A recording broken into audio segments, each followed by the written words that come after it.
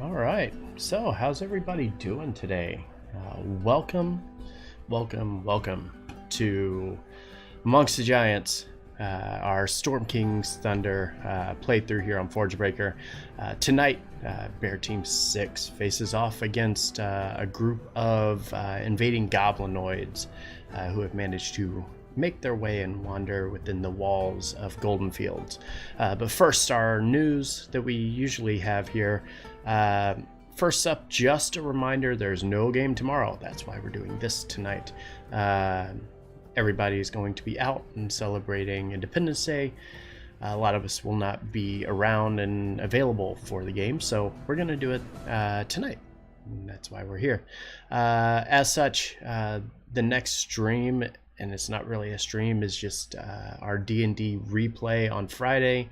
And then we're back live on Saturday. But man, when we come back, we got so much stuff going on. Alliance is going to wrap up Chapter 2 whenever they start on Saturday. Then when we come back on Sunday, we got Session 1 of Entropy. We have the new session of Tyranny of Dragons as we pick up from the Rise of Tiamat's module. So we got that. That's going to be pretty exciting as well. Brewing Storm is supposed to return next week for Chapter 2 of their campaign. Empire's back on Wednesday to also close out their Chapter 2, and a lot of other things. Plus, we have a special announcement coming up on Saturday at the end of our stream for an upcoming stream thing that is going to be happening here. So we hope you tune in for that as well. Beyond that, that's pretty much everything. How is everybody over here? Are we about ready? Oh, I'm ready to Let's do it. I'm ready to kill things. I'm here. I am still eating, but I am here. Let's send Karsnook first. Send the dwarf and let him die. All right. So, since we're ready, let's go ahead and do our recap.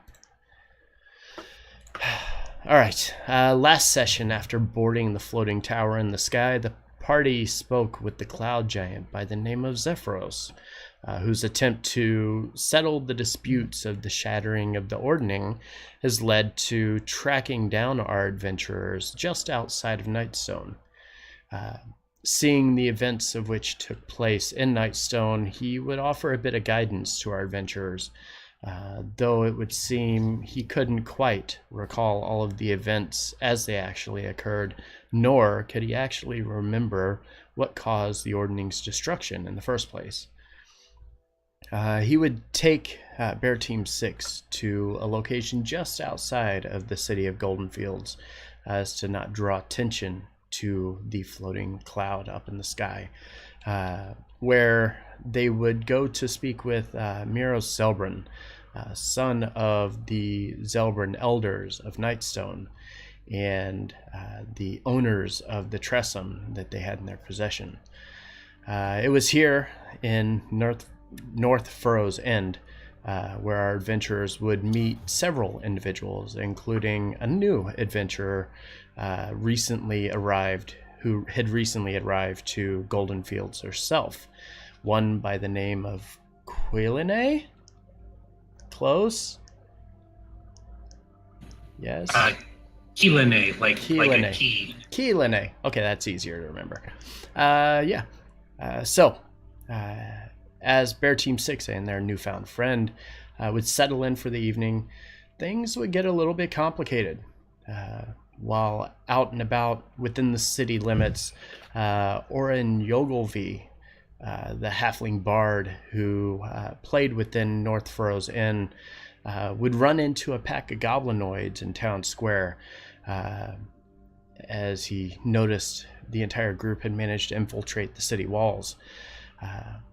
Though he would shout for aid, even as boisterous as he might have been, only our adventurers and a few others within the inn would actually answer the call. And that is where we start tonight. So, as I mentioned to everybody earlier, we have a kind of a new situation here. We have a lot of non-player characters, and each of you will be assigned a partner or buddy. And as such, you will be controlling them and dictating their combat. On the cards that I am going to send to each of you, there are details of how to play the character. You'll read the card to yourself, play them according to how the character is supposed to play out. Whenever you're fighting in combat, make them fight all out, or make them fight as if they're going to run away and participate in the way that the card would dictate to you. I will share the cards to everybody if you'll give me just a second, and then once we get all of those cards shared, I'm going to give you a couple minutes to look over it, figure out how to kind of manipulate the characters, and then we'll go from there. So we'll start. We will start with this one here. Ren, you will be taking control of Naxine Drothkala, the individual you were sitting at the table with. For Lucas, I'm going to put you with Miros Zelbrin. So drop you here. You'll see it should be at the bottom of the list of items. So once you see that, you'll be able to click on them, manipulate them, move them around, everything like that. For Selja, I'm going to put you with Zilang, the acolyte from the Abbey to the south of here. She is also the one that is wanting to get to the bell tower and attempt to warn the guards.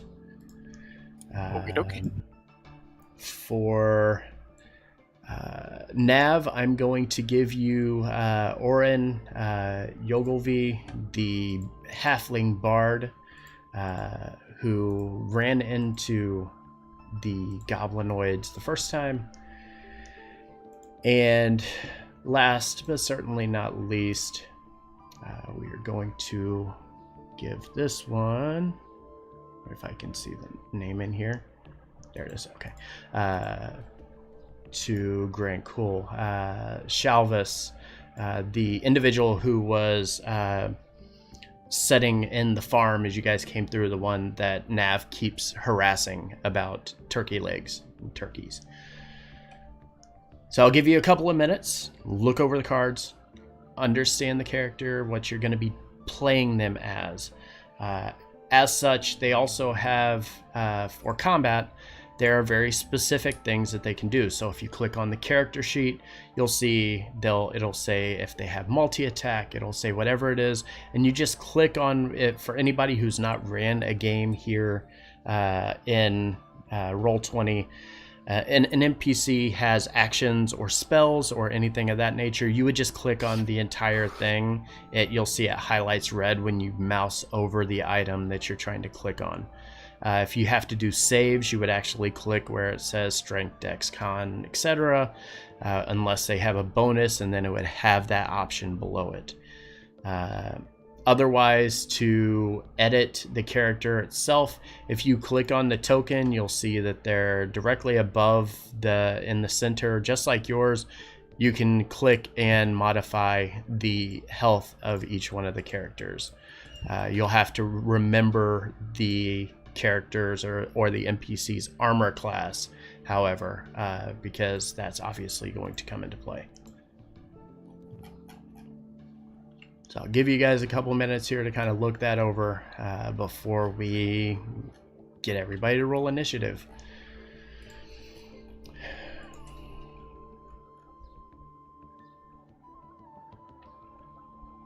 Okay. Some of them are pretty interesting.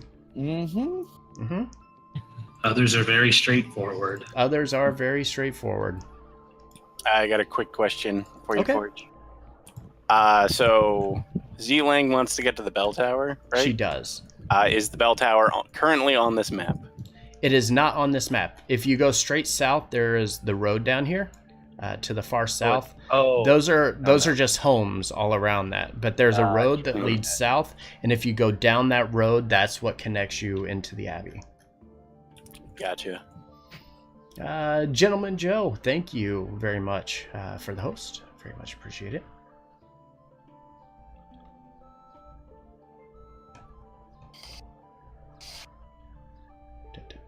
So yeah, we're giving them a couple minutes to look over the characters, figure out what they need to do before we head out and get them into combat.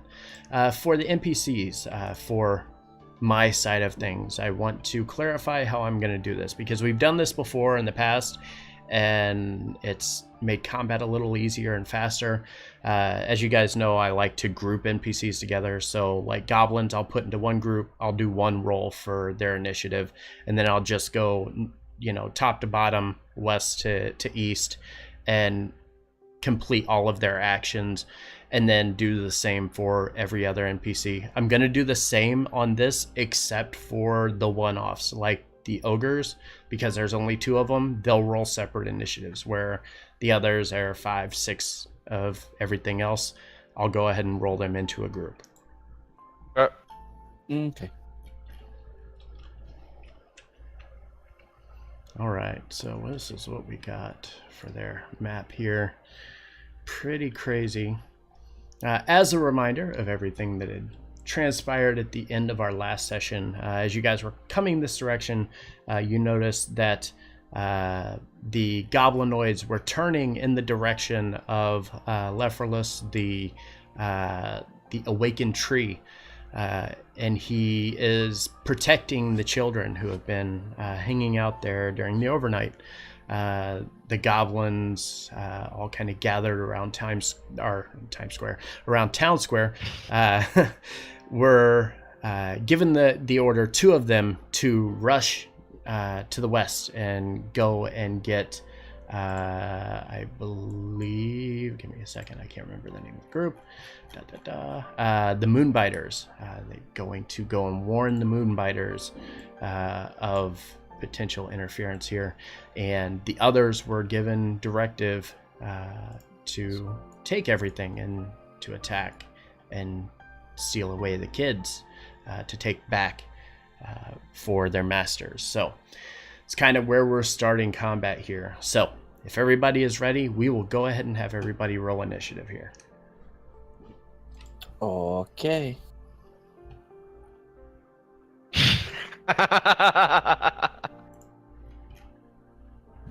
Like, I was getting excited, and then I looked at it, and I was like, son of a bitch. Okay, don't goblins. forget, you'll have to click on click on both your NPC and yourself before you roll initiative for them. Me and my dude go at the same time. Yeah. Oh my, no. Oh, that nat 20 with the Well, negative okay. 1. Nav with the nat 20. Ooh, Maxine's Ooh. old and Ouch. slow. Ouch. Oh, somebody took their NPC sheet out of NPC mode. Wait, no, never mind. Hey, I got my nat 1 out of the way. Hey! All right. Yes. Yes. All right, we ready? All right, question. everybody? Is Sure. his health really supposed to be 9, or does the 2d6 plus 2 next to it mean something? It is really what that number is. So whatever, if you click on that token, that is what his health is. Hold on. This one's wrong. It looks kind of wrong here. Oh, what is that? They changed that too. Ew. Uh-oh.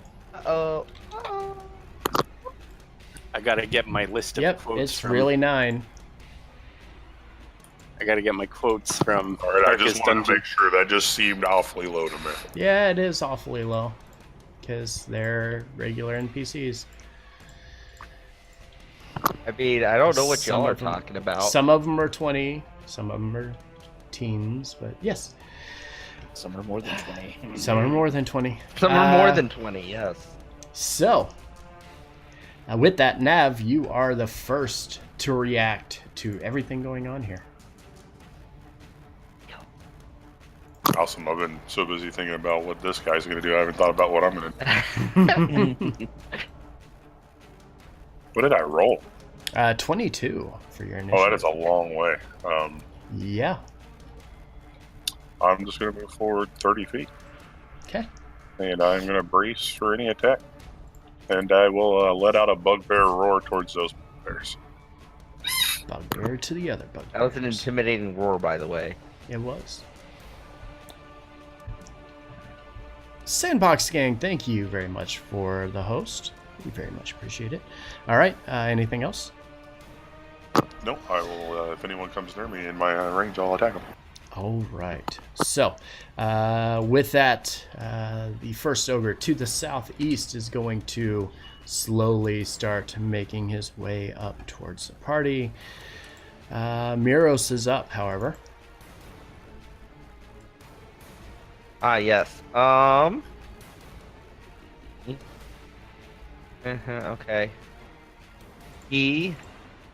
Oh, hard. He's gonna come right up behind Hey, Nav. Rose. Pull out his How's it going? heavy crossbow and shoot for this guy right here. All right, go ahead and give me the roll. Yeah, that hits. 9 piercing. He's gonna let out a yell. A Yeti roar. Yes. So as Miros quickly moves into position, pulling out the heavy crossbow and letting the bolt fly, catches the bugbear right in the neck, and you see him kind of squint a bit and reach up for the bolt, and immediately yank it out, frustrated and a bit angry at the entire situation here. Anything else? That is it. All right. With that, we'll start towards the top here and work our way down and left to right. So first goblin's going to quickly run up. That's 1. That's 2. 3.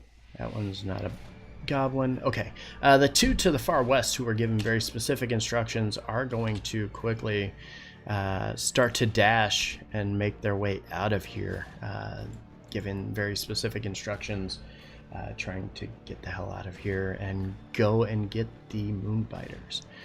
Or, yeah, I think that's right. Yeah. Let's see, the rest of them. We got 2 more. No, 4 more.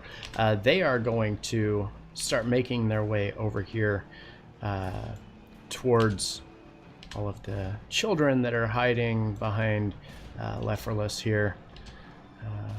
Trying to quickly get over here, but it's going to take them a bit. He's going to take his dash action and move. And that covers all of our goblins. Selja, you're up.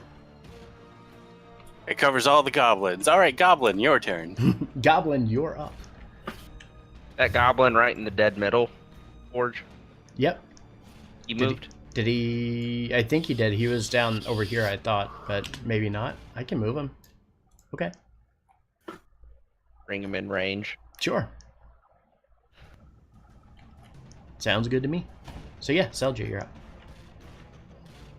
Excellent.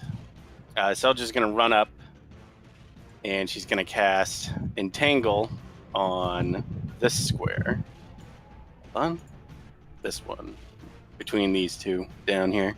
Okay. Is it 5 foot? 10 foot? What is It is a 20-foot square originating on that. From that square? From that square. Okay. So. Then what I will do is I will draw the square and then move it. So you want it originating from that square. So like right there. Okay, and is there a save they need to do as a deck save? Yes. They have to do a strength deck save, or strength save, versus DC 15. All right, the one to the north fails, but the one to the south succeeds. Excellent. I mean, not excellent because you only need one guy to deliver a message. But all right, so the rest of that is difficult terrain.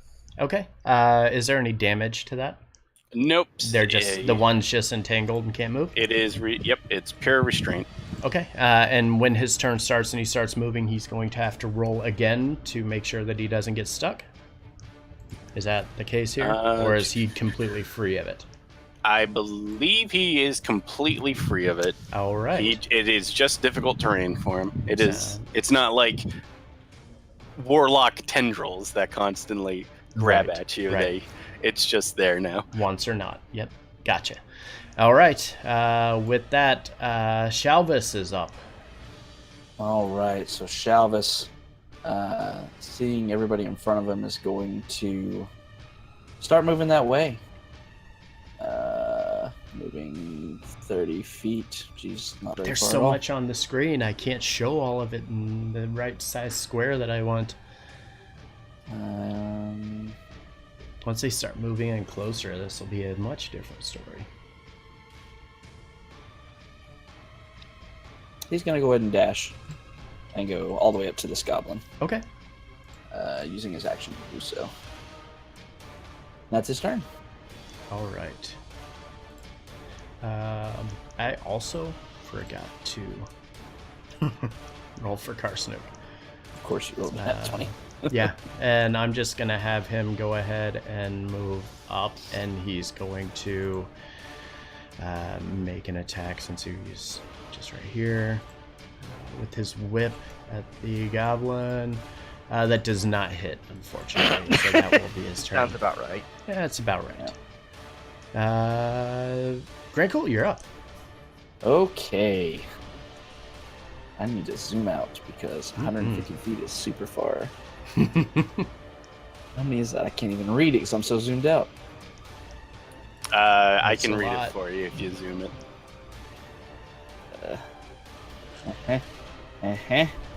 You're at That's 150 right there. Right there. Okay. I would like to place a fireball right there. Nice. All right.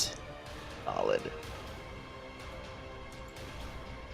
The tree guy just freaks the hell out. Ooh, yeah. That damage. What's the circle size?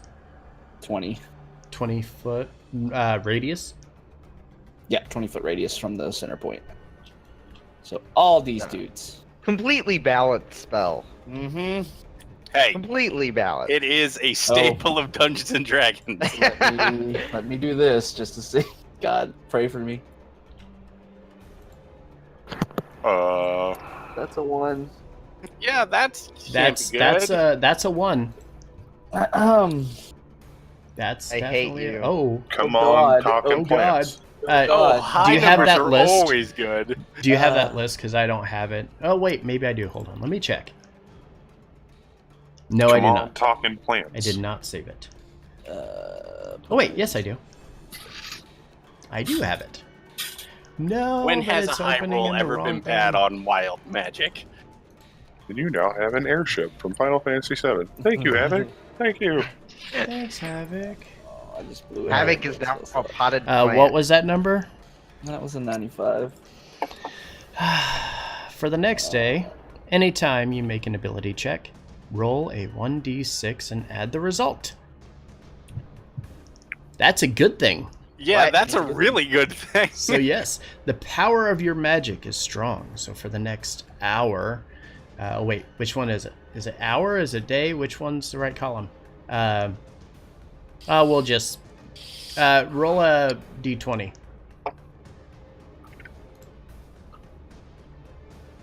18. Okay, so no, that one's not the right one then. Damn it. For the next hour, any spell that you cast does not require a somatic component. So- Okay. Did that changes it? I guess. A little bit. Yes, a little bit. Oops. Oh, no. Yeah, I rolled 20. Super slow for me right now. Okay, cool. I'm back. So yes, all of these need to dex save. Yes? Yeah, didn't kill my spell. Yeah, so. 15 passes. He fails. 15 passes. 21 passes. So Jesus. only the goblin to the north has failed so far, and the ogre. So is it half damage on fail? Yes. So 33. So as you cast this fireball and it explodes, even the ones that saved all die from the impact of this fireball, which just ignites them immediately. The ogre, on the other hand, takes the brunt of the damage, but does still remain standing. Nice little chunk of damage out of that. Anything else? I'm gonna move. That was a little pretty bit. good kill down there. Uh, Let's see what he's gonna do. It's a big old battlefield. It is. I'm gonna move over here next to this house. All right. Kind of getting out of the way of everything, moving out of the fray of combat, goes to almost hide away around the corner here. Bugbear's turn, though. And let's see. Yep, okay. He's going to come up here. He's going to come up here. He gets... What does he get? Okay. Grabbing for his Morning Star. Swings it in the direction of Nav. Does 15 hit? It does not. Oh, right. And similarly, the other bugbear here grabs for his Morning Star, swinging it at Shalvis. Does an 8 hit? It does not. All right. I With will that, be taking my attack of opportunity on that bugbear. You do it. Does a 9 hit? Does not. So, quickly attempting to react to the missed opportunity here. Go to make your own attack, but unfortunately goes a little far to the side. Down to the south, these guys are going to attempt to make their way around and using their primary action. The fireball would have already dissipated, correct? Oh yeah, it doesn't linger. It's instant. So they use their dash action to quickly run in the direction of Leferless here. Oren is up. Orin is going to kind of look around and go, okay, I guess we're doing this. He will dash forward.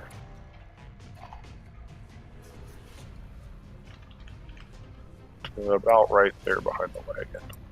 Okay.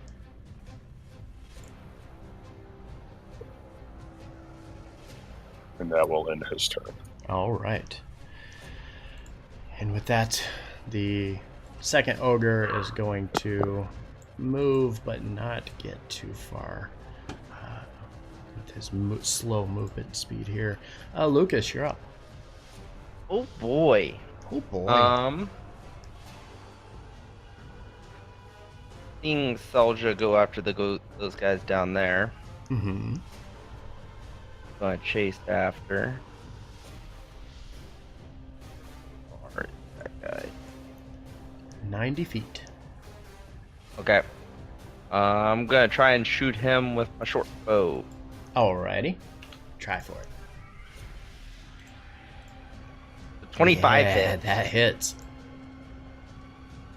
10 damage. All right, and as soon as the bolt looses from the crossbow, you watch as it flies true, tags the goblin directly in the back, and you watch as he falls to the ground unmoving. Salja gives Lucas a thumbs up. I nod and that's it. That's it? All right. Keelan, you're up. Yeah, I got it right that time. Sorry, just 1 second, checking something logistically on lightning. Because it's 100 feet, so I got to make sure that it's all in range. Mm-hmm. See if I can hit that ogre too. Kiwane is going to watch the two run off towards those goblins, and she's going to look at Maxine and say, buckle up, you're going for a ride. And then she taps her on the nose, and she's going to use her face step. And because she's in her winter form, she can transfer it to somebody else instead, letting them, as a bonus action, move forward 30 feet. So she's going to hop through the Feywild and move forward. All right.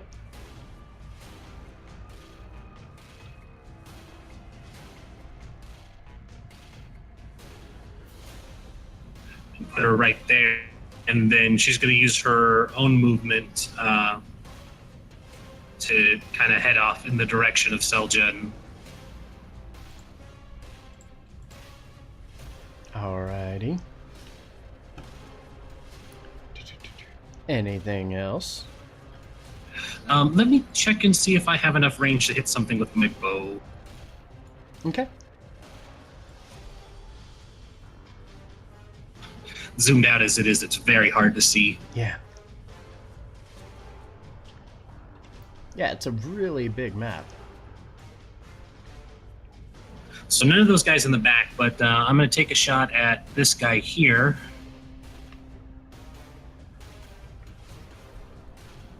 With her bow. Okay. Which one? It didn't ping the map. Okay, yep.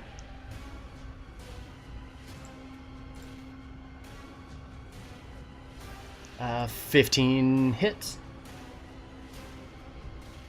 Yep. And as soon as the arrow looses from the longbow, you watch as it clips this one in the thigh, and he immediately drops to the ground, like face plants into the ground directly in front of him, unmoving.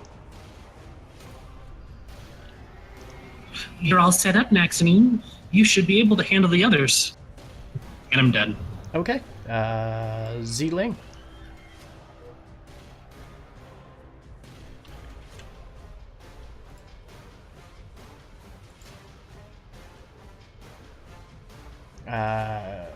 Rez, I think it's you. Yes, it is me. All right, so Zealand is gonna move forward. Okay. And then she's going to pull out her sling and sling the bugbear next to Nav. Alrighty, go for it. Yeah, 20 definitely hits. All right, I have to keep track of how many sling stones she has. Mm-hmm. But that's 1 for 5 damage. Alrighty. Anything else? Nope, that'll be it for her. Alright, Noxine, you're up. So, in 5th edition, does the diagonal line change at all from how it was in like 3.5? I'm trying to just figure out how many of these I'll hit if I shoot it. I'm trying to get the maximum amount. It would just be whatever hits that line along the path. So anything that would be in that path is what it would hit. So if you went here, you would hit those 3, where if you went here, it would hit those 3. And it would originate from your character. No way to capitalize on hitting 4, it looks like. Because it's like, it's kind of... No, it doesn't look that way. All right, so I'm going to go this way here so that it hits the 2 bugbear and the 1 goblin in the back. It's not going to hit the ogre, and it should clear. But it's probably going to set that wagon on fire, which, oops. Okay. Yeah, go ahead and give me the attack. Dex saves probably, I believe. We'll see. Yeah, dex saves. Alright, so going top to bottom here. Dex save 17. Dex save 10. And then the bottom one here. Dex save 19. So 2 of them save. So he's going to take 12. You see the first bugbear directly in front of Noxine. Takes a nice chunk of it, even though he's able to kind of sidestep and dive out of the way of it a bit. The second one, however, takes the full brunt of it, and as the lightning bolt kind of surges past him, you watch as it kind of fries him to a crisp, and he collapses to the ground unmoving. The goblin never stood a chance, and as soon as he is hit by it, he too drops to the ground. Seeing the first one still standing, she's going to book it towards Keelan and the others. Alrighty. Nav, you're up. Nav is going to roar in this other bugbear's face for challenging him and Alrighty. cast his hunter's mark on him. Alright, so mark this target here. And he will attempt to hit him twice. Yeah, both of which hit. Yep, so as you lay into him with the halberd, the first hit strikes true. Feeling a bit pumped up from the first attack, you immediately reach back and just bring it home a second time. And as you do, you watch as he collapses to the ground unmoving. Yeah, that's what I like to see. With that, I will use my movement to move up to this goblin here. Okay. And that'll end my turn. Alrighty. Carsonet? Yes. Are we at the top of the turn order again? Yeah, I let's was top 22. do that. So, yes. So, Carsnook's up. And he's going to kind of sidestep here, not wanting to really. Let me just double check his character, but I'm pretty sure that's all he's going to do because I don't want to waste any of that yet. Yeah, he's just going to, again, go for the whip attack. 23 is going to hit, dealing 9 slashing, and as he whips the tip of this around and it hits the goblin, gashes him across the neck, and you watch as it collapses, clutching onto its neck, blood kind of squirting between the fingers as he collapses. The ogre down to the south is going to slowly start making his way this way and prepare to engage. Miros, you're up. I want to take my attack opportunity on him. Okay. Because he moved into your area? Yes. Alrighty. Is it 18 hit? Yep, 18 hits. For 9 slashing. Alright, and as you bring the halberd forward and land your attack, you watch as the ogre kind of looks at you and grins a little bit, not doing much damage to him. Miros is up. Miros. Yes. Miros is gonna run right up next to this Grab so much giant ogre. to track. Just rage in his eyes. Oh, and think about this. He could grab. Attempting to grab a larger being, sure. Well, his bear hug attack. Mm-hmm. What he's gonna go with. I don't think a 12 hits though.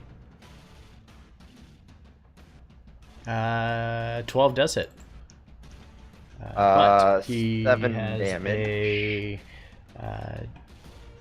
Is that an automatic fail if it hits? I think he still needs to save, right? After the initial success, the target is grappled. Yep, so he's initially grappled. Later, he has to escape. So we'll mark him as grappled, taking 7 bludgeoning damage. All right. Anything else? That's it. Alrighty. Selja, you're up. All right, hey. Let me see. Thing. Nope, that ain't gonna happen. All right, Selja moves and she is going to throw a ball of flame at this goblin. Okay.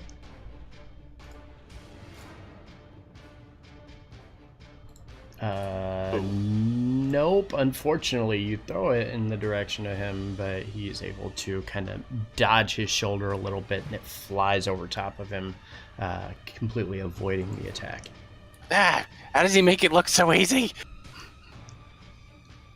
And she's done. All right. With that, it is now the goblin's turn. And seeing you kind of moving into his area here, what is he going to do? Let me look.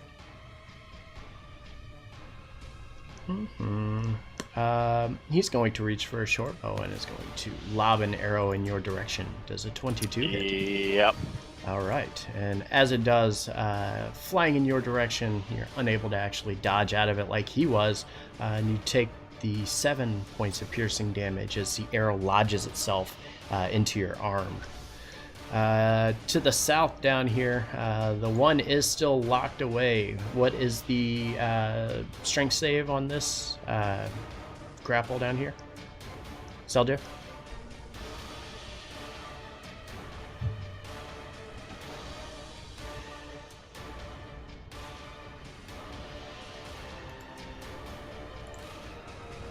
Oh, the grapple DC is 15. Sorry, I It's okay. thought you were talking about the Miros' grapple. No worries. So yeah, he's able to reach down and kind of break himself free from this entanglement spell, and as such, quickly dashes away, moving completely out of sight. Let's see what else we gotta do here. Is that the last goblin? That's the last goblin. Grand Cool. The other goblin. What are you doing? Okay. We're gonna have some fun. Have some So fun, man. seeing Miros walk up and just bear hug this ogre, I'm going to change what I initially was going to do, and I'm going to throw out some buffs. I'm going to move forward 5, 10, 15, 20 to here. You are both within 30. And I am going to twin spell Enlarge Reduce on Nav and Euros. Ooh, nice. It'll cost me 2 sorcery points to do so. And they both grow a size category and do an extra 1d4. Mm-hmm. So twin spelling and large reduce, as both of these two beings, already large enough as it is, once they come in contact with this spell, you watch as their size immediately increases. The group around not feeling quite so overwhelmed by this giant ogre that's bearing down on them. Alright, and I can't use any more meta magic, got no bonus action, so that will be my turn. Alrighty. Shalvis is up, though. And Shalva, clearly seeing the distraction, or the ogre being distracted with Miros, is going to raise up his hand crossbow and fire a shot at the ogre. Alrighty.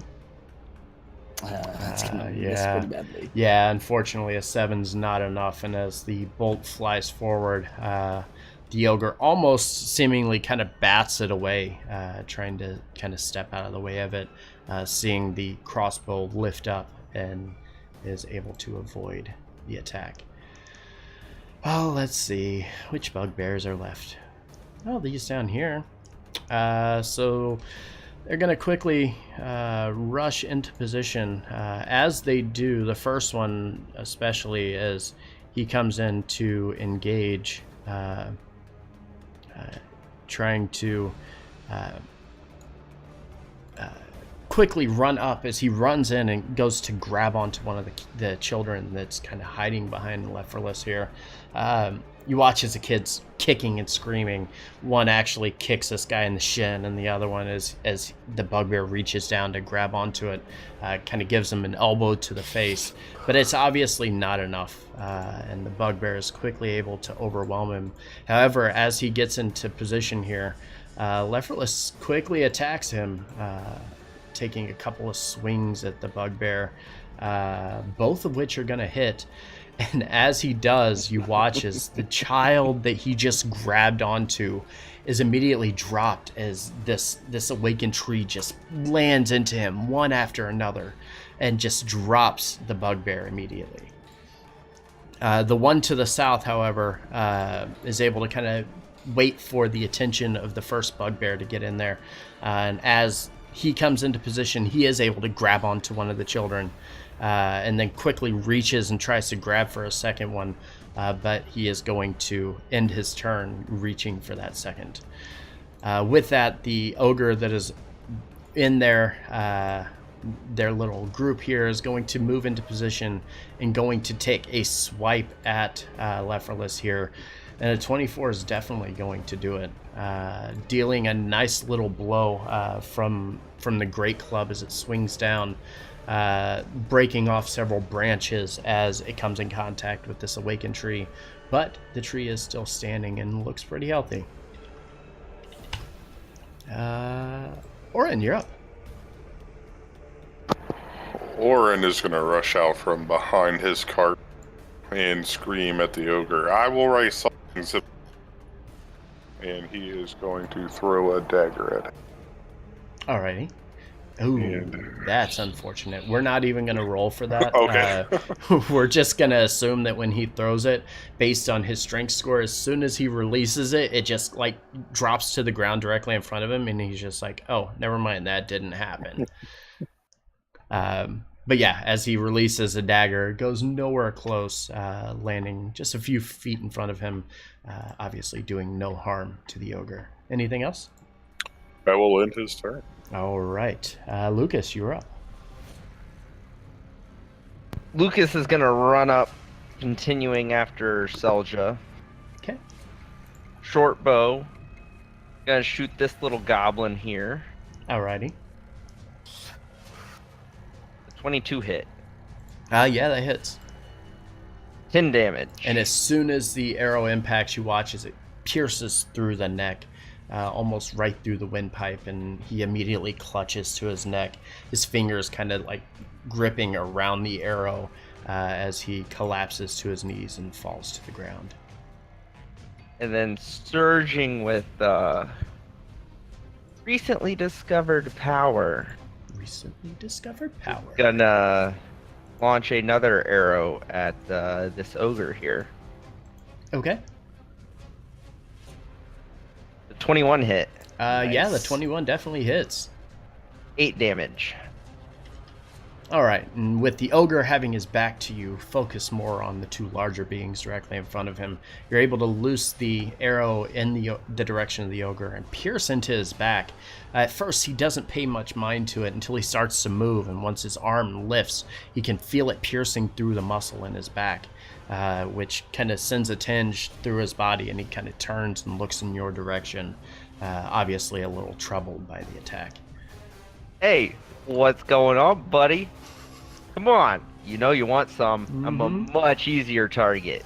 Can you not say that when I'm standing right next to you? That's gonna end my turn, by the way. All right. Kilane, you're up. Yeah, don't worry, Selja, I'm coming. All right, so Kilane's gonna use her bonus action this round to activate her Blade Song. So she's gonna keep moving 40 feet now. Okay.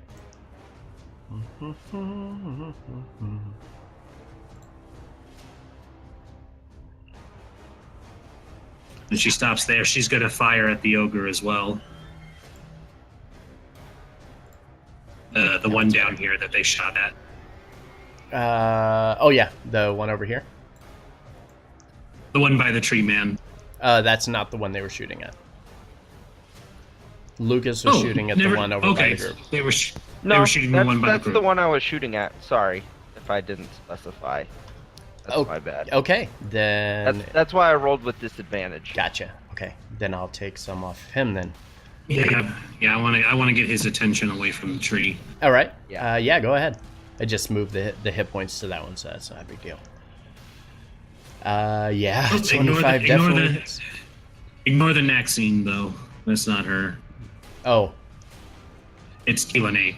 I flipped the character over. I didn't flip it back. Oh. Okay. Yep. Yes. So as you loose the arrow, and it's within 150, right? Should be. Yes. It should be. It is.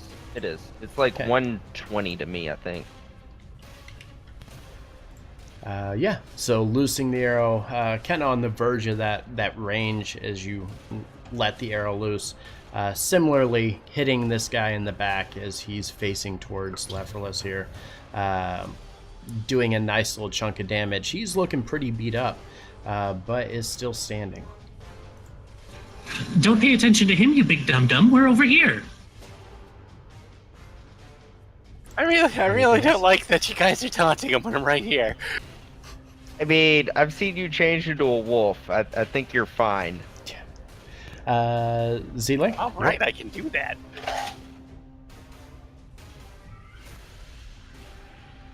All right, Z-Lang is... she's going to move. First, she's going to do another sling swing. Okay.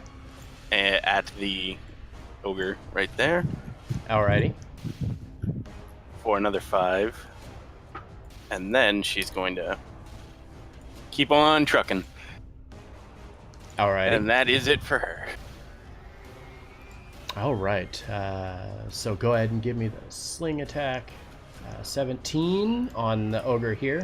Yes, that hits. Yes. 4, 5. All right, and the second of your stones expended as you, as Z-Lang quickly moves into position, trying to quickly get around, making her way over towards the abbey. As the stone looses and comes towards the ogre, you watch as it hits him in the head. Doesn't really pay much mind to it.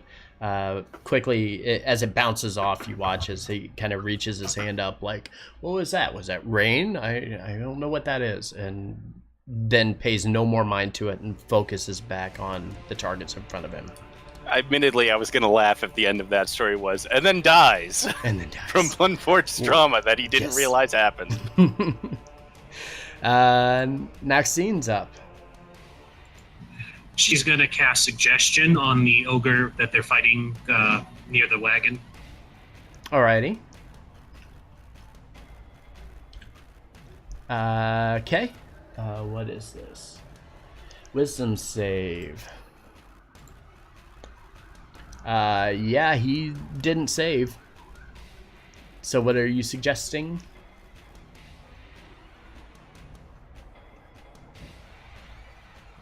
Sorry, my food showed up, so I got that spell off fast. She was going to move first so that she's in range and then cast it. That's on Keelene's thing now. Oh, you just keep switching it at the wrong times. Yeah, I just keep switching it at the wrong time. But yeah, I actually would have her move closer before she cast it, so she would have been. Yep, that's fine. Go ahead and move to your position. Hi, Chad. She would have been there and then How's cast everybody Suggestion. doing out there tonight?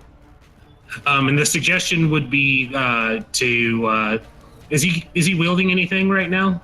He is wielding a great club. All right. She would tell him to drop the club and sit down. Okay. Let's see.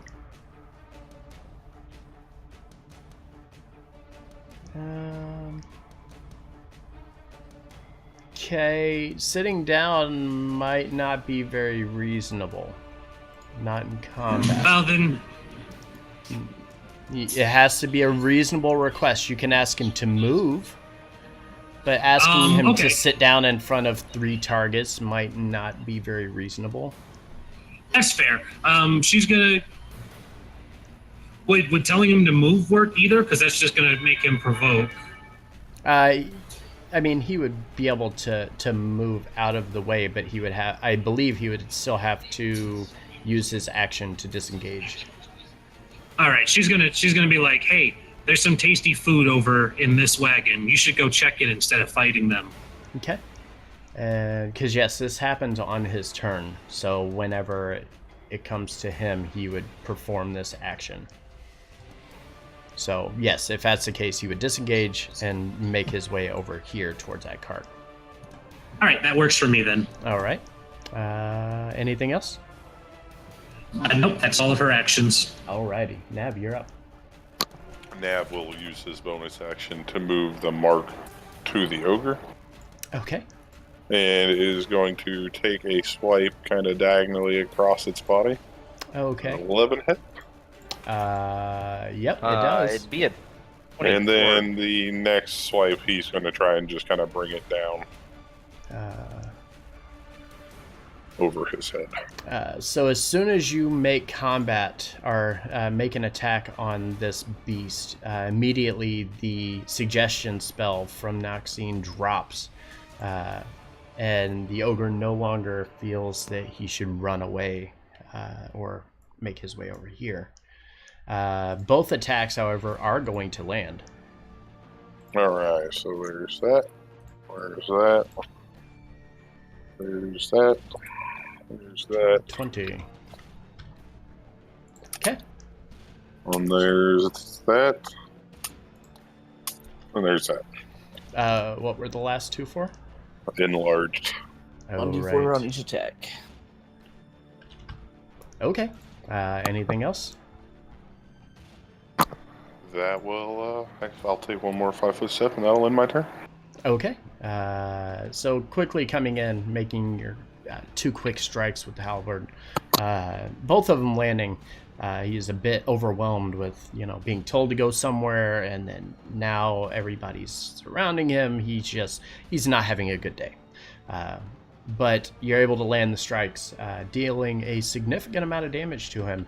But he is still standing, but looking a bit bloodied right now. With that, Karsnook continuing with his move and whip routine here, is going to hit, dealing an additional 5 slashing damage. As the whip comes around, kind of putting a nice little gash into his leg as it kind of whips forward. With that, he kind of looks around, feels almost overwhelmed here. Is going to take the great club, looks behind him, sees Nav, looks in front of him, sees Miros, and just gonna bring it down on top of Miros here. 22. Oh, right, he is grappled. Strength save does not save, so he's still grappled, I guess. Damn it. He Okay. can still attack though. He just can't move. Not if he tries to break free. Oh, if he Yeah, uses not if action he- to break yeah. free. Yeah, never mind. Yeah, Yeah. he uses action to break free. So yeah, nothing then. So Miros, what are you doing? Hold on. Mhm. Slash R1. So much combat tonight. So much The combat. guy takes 5 damage and that's his turn.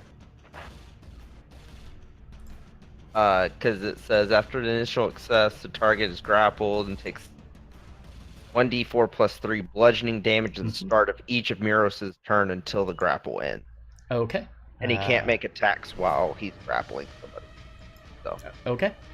So yeah, dealing a No. nice little bit of bludgeoning damage to him. You notice that the ogre is looking pretty weak. Miros feels as he's kind of holding on to him and kind of squeezing a bit harder. The ogre is starting to feel a little more lifeless in his arms than he was the turn before. that's it for him. All right, Selji, you're up.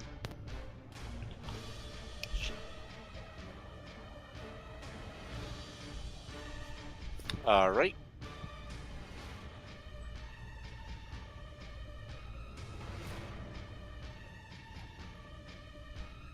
Let's see where Selji's going here. Coming down here to take care of the bugbear and ogre. Damn it now. Yeah.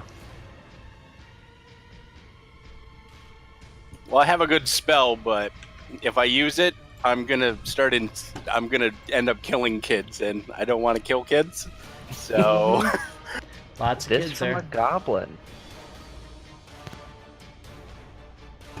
trying to make a good name for the goblins of this party. Okay. So what are you gonna do Um, instead? I will use the dash action, and I'll just keep on trucking. Alrighty. And that is it for me. All right. So moving up and into position here. Wishing you could do more, but right now it's looking a little difficult to do anything. But you're hopefully going to get close enough to do something soon. Goblins are all but gone.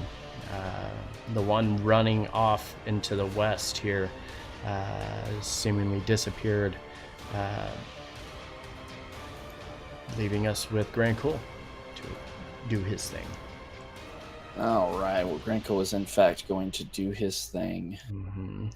Gonna move up next to Orin here. And then looking all the way down towards the goblin, or the ogre down below, knowing that the party above me's got that one taken care of. At max range is going to fire off a chaos bolt at him. Alrighty. And gonna crit fail and miss. Uh-huh. Go ahead and give me that D100. That's unfortunate. Not 200.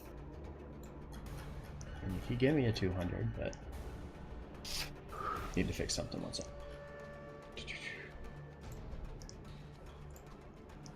That sucks. Cool. All right, I fixed that. So yeah, let's take a look. What level spell was that? 70. Ouch. Yeah. So as you go to cast this ability, wait. No. That's not going to happen. The reason that's not going to happen is because of your surge from earlier. Because you don't have to do somatic spells, so Oh yeah. you don't have to do the somatic component. So because of that, you wouldn't be saying anything. So you wouldn't have bit your tongue in the first place. So that nullifies that negative. So it just misses. Aha! Wild magic for the win. I'm a god. Anything else? Yeah, actually. Not seeing that attack yet. I'm gonna quicken spell. Okay. And shoot a firebolt at the same dude. It's a 14 hit. Sure does. Okay, make sure I don't. Oh, really close, but no, Wow. don't do it. Didn't do it. and crispy 4 damage. All right. Go ahead and tell me how you just killed the ogre.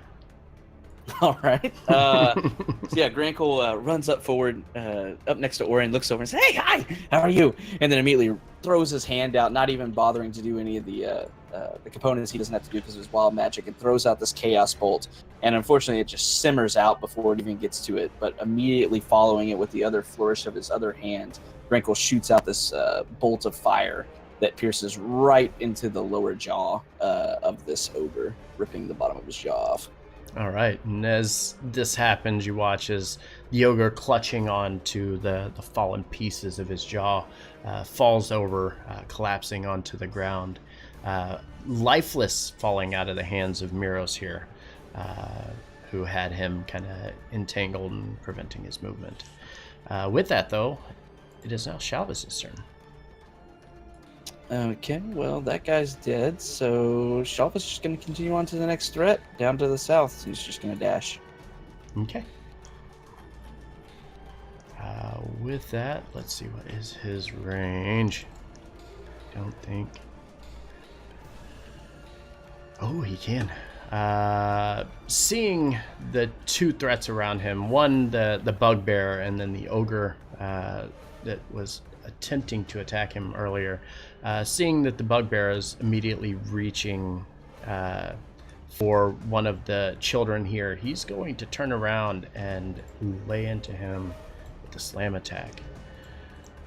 And as he does, doing a nice big chunk of damage to the bugbear. It's not enough to drop him, but he's going to swing with another branch and swing back at the ogre, attempting to hit him as well, and it will do so. And as the second branch hits him, you watch as it almost lifts this ogre off the ground as he goes flying backwards a good 5 feet and falls lifeless on the ground.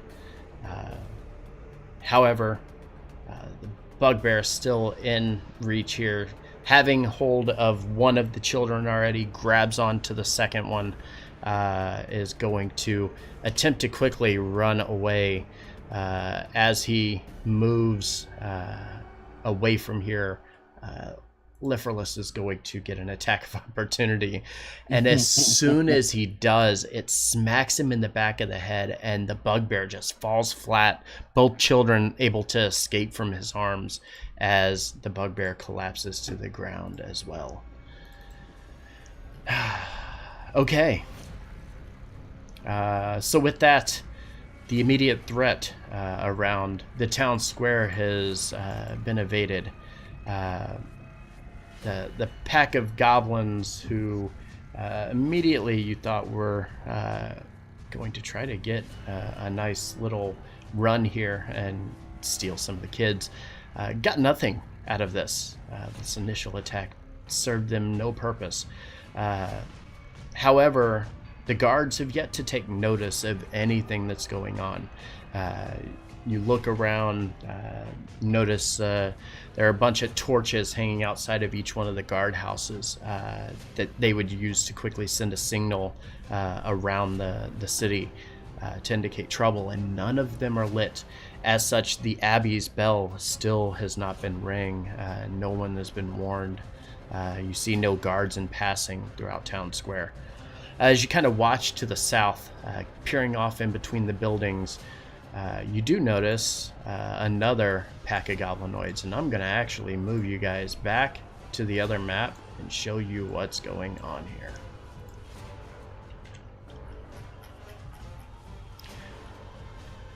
So, this immediate pack of baddies right here, they're gone. Get wrecked. Get wrecked, kids. Our party, everybody kind of hanging out here in town square. As you look down to the south, over in this area here, is where you find the Abbey. However, in that range or in that area, you do notice as what appears to be another group. One second. Need to not select that one. Another group charging in the direction of the Abbey from where you stand. Off to the west, where you initially had seen the other goblin rush off to, you also see an additional pack of goblins around the farms. The choice is yours. Where do you go? Do the ones to the west appear to be approaching us, or the ones to the west are from where you stand? You don't see a lot of what's going on down there. You see them congregating around the farm, kind of where you passed by Shalvis as you were coming into town. And he was where Nav was asking about the turkeys. That's the area that he's in. You see all of the different the different animals on the little farm section here, but beyond that, that's really all you see. Gotta save the turkeys.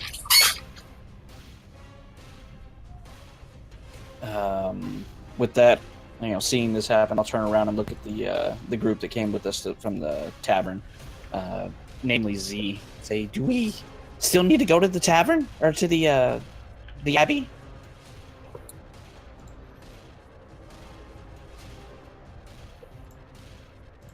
We are the group. Yeah, talking to Z. Talking to Z.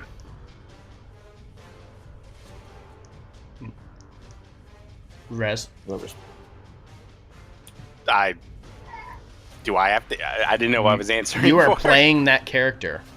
I gotcha. Forward. I thought Yep. that was just combat. Nope, Right. you are playing that character. She would probably say, yes, we have to go and warn everybody, so we have to go to the temple.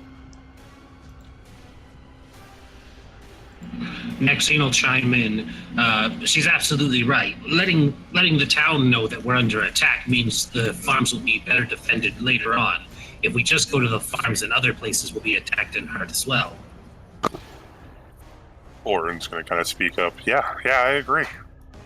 Mirrors is just going to start pulling people behind him, heading towards the Abbey.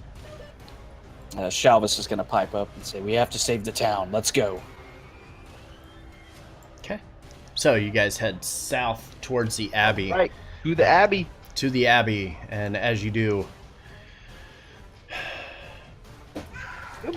give you a quick description. As you're coming around, making your way towards the Abbey. Oh, I'm on the wrong screen here. Damn it. Too many windows. How long does your enlarge last? It's only a minute. So it would probably go away by the time you got down there. Let's see. Don't feel bad. I wasted my blade song too. Mm-hmm. I'm looking for the Abbey here. On the outside, very different from the first time when you were coming through here. You don't see anybody on the outside of the Abbey. It looks pretty locked up and secured. Aside from the obvious incoming threat of the goblinoids, the bell tower is eerily quiet. Moving closer towards the Abbey, Z takes notice. Obviously, something is amiss. As she kind of looks around, she immediately realizes that what's his name? One sec. The abbot, Eldrin, is not anywhere to be found, and he's usually hanging out around here, like, all the time. It seems a bit odd that he's not here.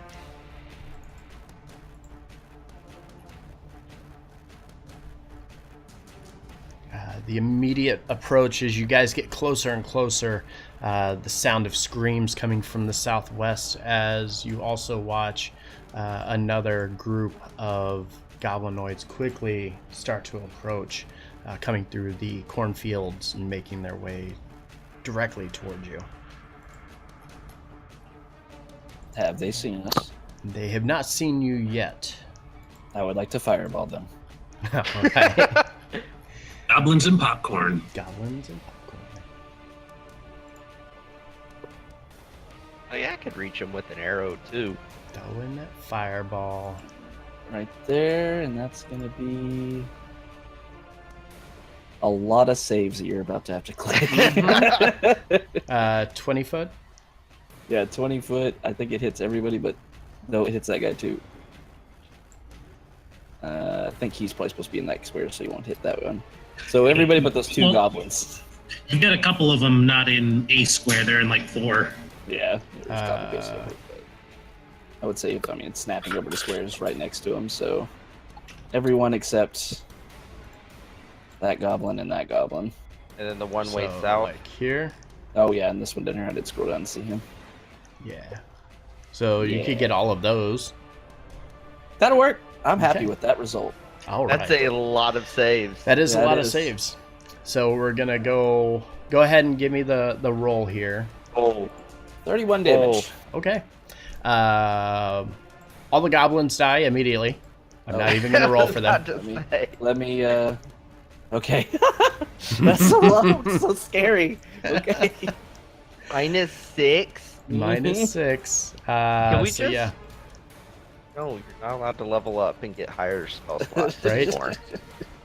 It's gonna get Just- crazy whenever he does. Does the cornfield have to save as well?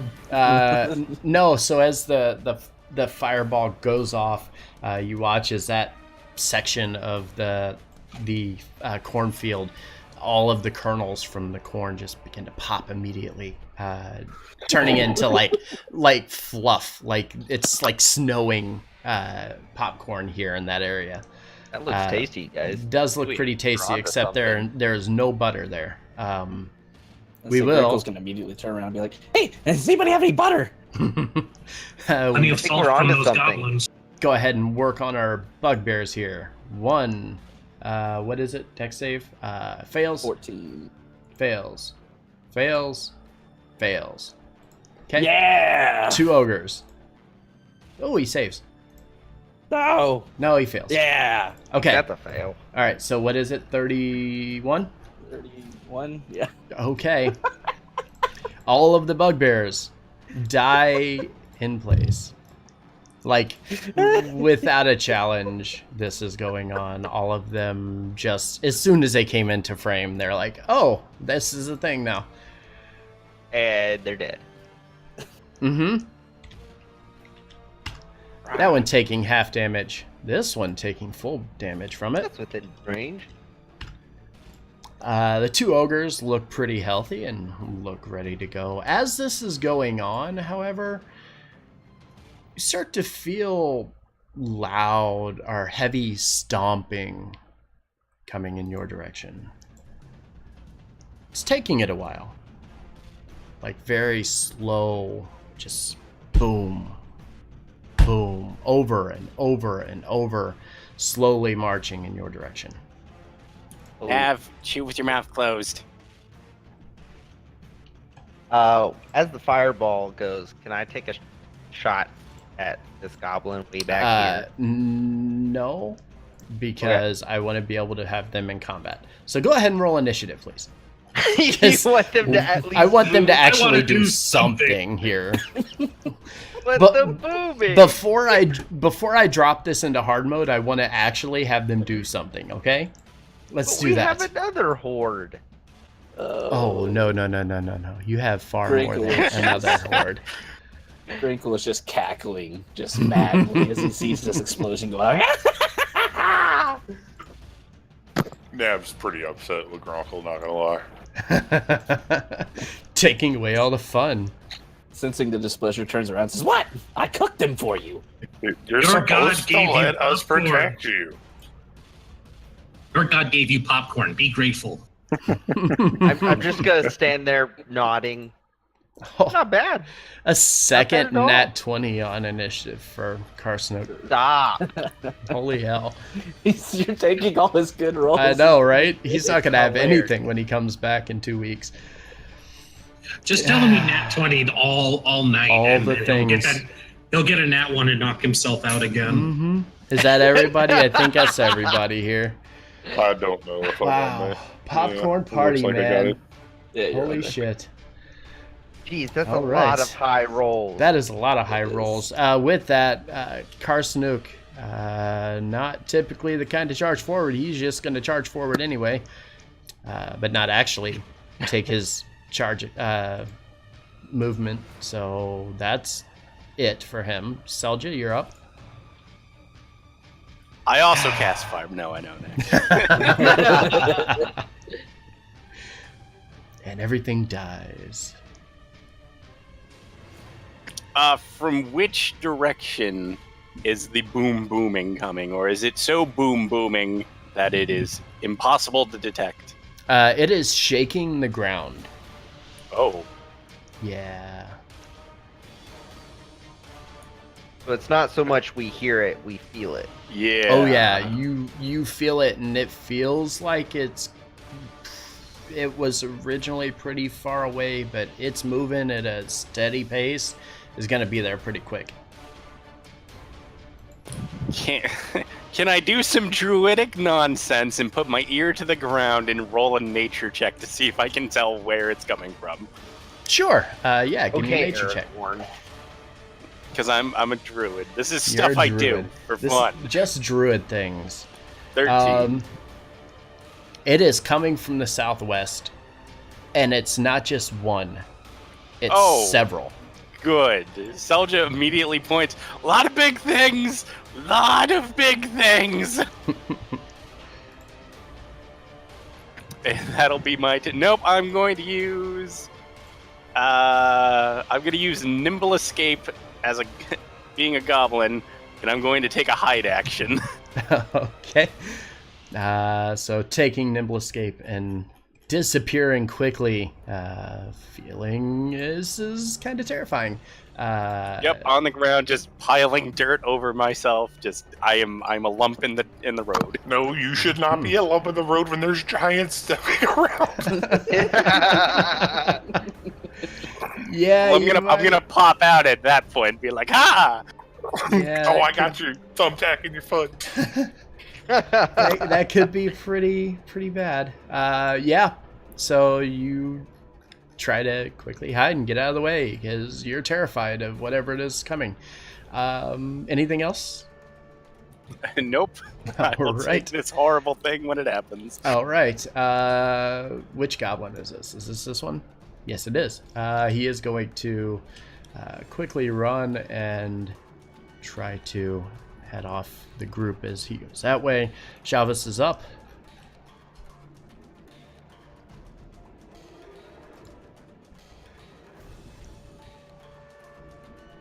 Havoc. Sorry. People were showing me guacamole. I got excited. Let's see. Shalvis wanting to get rid of the threat, but hearing all these somethings, you said we can't figure out exactly what direction the I slapping pointed is it. coming I from. pointed it out. Yeah, Selja pointed to the southeast. The southeast. Okay, so Mhm. back towards the goblins and everything. Okay. He's gonna do much the same, just charging forward. What's his range? 120? 15, 20, 25, 30. Oh, Any of these alive nerds? Yeah. He's going to fire off the hand crossbow at disadvantage at that guy. okay. That's a 7. 7 does not hit. So, being a little far out of his range as the crossbow bolt flies in his direction, he just doesn't time it right, and it flies behind the goblin as it's running north. And doesn't do anything to him. That's his turn. All right. The other goblin is going to do the same thing. Surprise. Dash ahead. Stepping over his burnt comrades. Yeah. Actually, no, I'm going to retcon that. He, instead of going that direction, he's quickly going to dash and go back in the other direction, screaming, "Help, help! We're attacked! We're attacked!" The footsteps, louder, are heavier and heavier. Now everything is starting to tremble around. I need to go back because it is Z's turn. So Z. She will move. So this building is the source of her compulsion to get at, correct? Mm-hmm. Yes, All right, she is so- trying to get here and get inside and upstairs immediately. All right, she's gonna dash and she's gonna go for it, Okay. heedless of those goblins in the booms.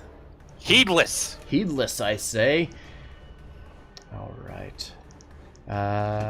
Kilane, you're up. All right, Keelane's going to move forward, keeping her bow in hand, and she'll take a shot at the top ogre when she gets done moving. Okay.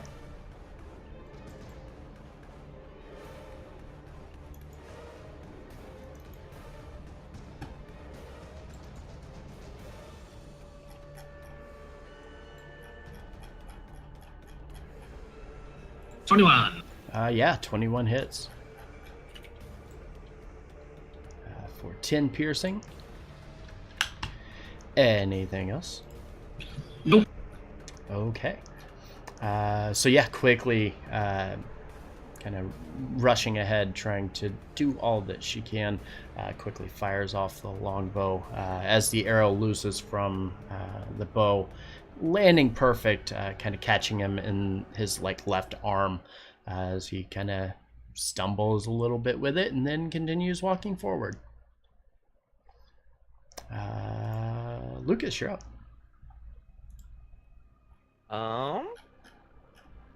Lucas is gonna move forward 30 feet. Yep. Take one shot at this goblin here. Okay. 25 hit. Yeah, it hits. 10 damage. The one going closest to the entry there? Yeah, the closest one right there. He drops immediately as the short bow's arrow impacts perfectly into his chest. And second arrow is going to this ogre. I'm sorry, which one? Hold on. The northern Okay, ogre. yep. The 12 hit. It does. 11 damage. 11 piercing. All right. As the arrow looses and hits the other ogre, he again reaches for it as it kind of pierces through his right shoulder, just grabs it, kind of snaps it off into his shoulder, doesn't worry too much about it. Funny thing, it doesn't snap. As he goes to snap it, It what? it just dissolves as he tries to snap it. Cool. So as he reaches up to grab it and goes to snap it off, it dissolves in his hand, confuses him a little bit. But What did I get hit by? what was that? And that's my turn. All right. Miros is up. He's just gonna dash, following down there. Oh, wrong. No. Just trying to create a way for Lee to get into the Abbey. Okay. So yeah, make your way there towards the Abbey. Not able to do much else though. Nav, you're up. Nav is going to kind of look down at Grinkle and then look up towards the direction of the footsteps. And he's going to kind of move over to Grinkle and grab him and put him in his saddle. Okay. And then he's going to say, "This sounds dangerous, Grinkle." And he's going to move. What is my rules with movement on that? Hmm. I don't think we ever stated. We didn't. I'm gonna say we'll impose a 10-foot reduction on movement. All right. If you're carrying him on your back, it'd be a 10-foot reduction. So Grinkle needs to go on a diet. Fat goblin. Grinkle, Grinkle, come on, you're moving one there. Okay. All right. Onwards, slowly- League. What's that? That will end his turn. Okay. Actually, I'm gonna make that 5 foot. I'll make a 5-foot reduction. So go ahead and move one more if you would like. Yeah. There you go. So yeah, carrying Grinkle on his back in this kind of handmade saddle. Grinkle rides along, just kind of going wherever Nav takes him. With that, it is his turn. Okay. Could be a good thing. Could be a bad thing.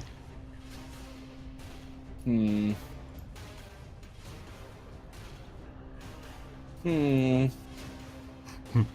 you don't have to be willing. You can jump down.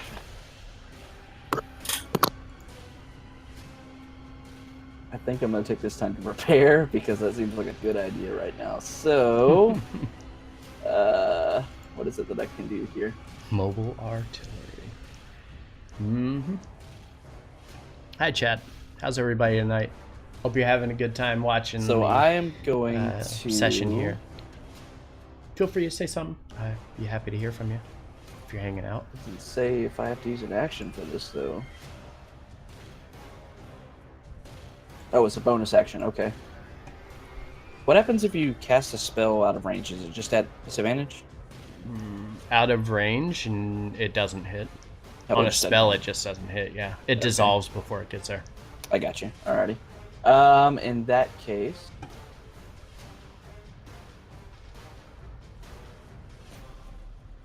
I'm going to sacrifice a level 2 spell slot and get 3 sorcery points back. Alrighty. And hold my action to cast Firebolt if somebody gets within 120 feet of me that is hostile. Alrighty.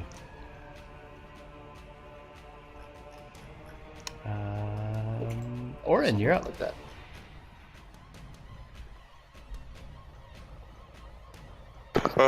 Orin is attempting to help her. The tower. Where is one? He's north of you. Right? He's behind my turnover. Mm-hmm. So he's just going to kind of rush down. Let me double check that. That was. Hey, thanks for the host there, Right there. Protective Kent. Very much appreciated, friend. And that will end this turn. All right. So, Oren quickly trying to move up, get a little closer to the Abbey here. Just before the ogres get their turn, as they are going to slowly move forward. Lumbering, taking their I would like to action shoot this one. dash. All right, go ahead and shoot him. Nope. Oh, nope. As the firebolt flies in his direction, thinking he's gonna move at his normal pace, he picked up the pace a little bit, and as such, you aimed a little behind. And then, of course, being on Nav's back and being kind of carried around everywhere, you're kind of a little disoriented by all of this. This is all new to you. First time. With that, it is Maxine's turn here. Maxine's just gonna hustle after the rest of them. She'll probably dash to keep up. Alrighty.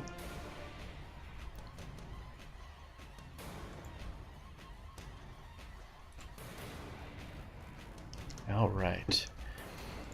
That's it. Alright. Top of the turn order.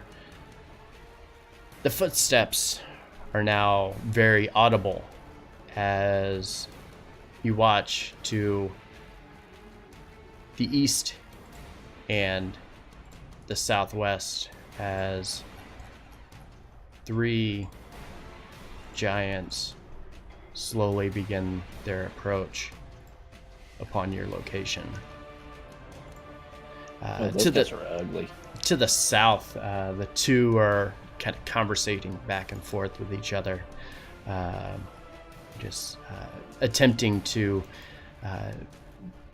justify their, decision to come into the town and say, the one to the far south says, "Girl want food. Me get food for girl. Really big, bigger than me." The other one says, "I scared of girl. I don't want girl. Please, let's get food so girl don't kill us." As they continue their approach, and I'm going to add all 3 of these to the turn order here. Shit's about to be crazy. Ooh, he rolled low. Another low, please. Ooh. Shit. That's actually kind of low considering our everybody rolls. Yeah. So we're back top of the turn order here.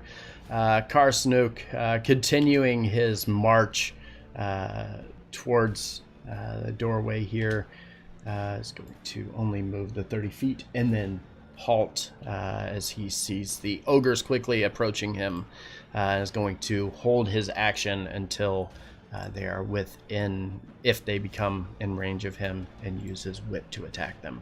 Selja, you're up. Ah! Is what she says. And then she bursts out of her hiding spot, which, let's be real, it wasn't a great hiding spot. It wasn't much of a hiding spot. It was some dirt piled on top of herself. She literally reached down, grabbed like a big handful of dirt and kind of like threw it on her back, and like you could see her entire body exposed, and there's like a patch of dirt just resting on her back. Yeah, pretty much. She thought it was great though. Yeah, fantastic. Yeah, she, when in doubt, you hide. As any goblin knows, when in doubt, you hide behind the bugbear. Mm-hmm. So she's gonna maneuver over to Nav because bugbears are the goblins that keep the smaller ones safe. Yes, of course. So she's gonna move there. I don't think I can really do anything else. Hold on, what's the range on this? That could be a thing.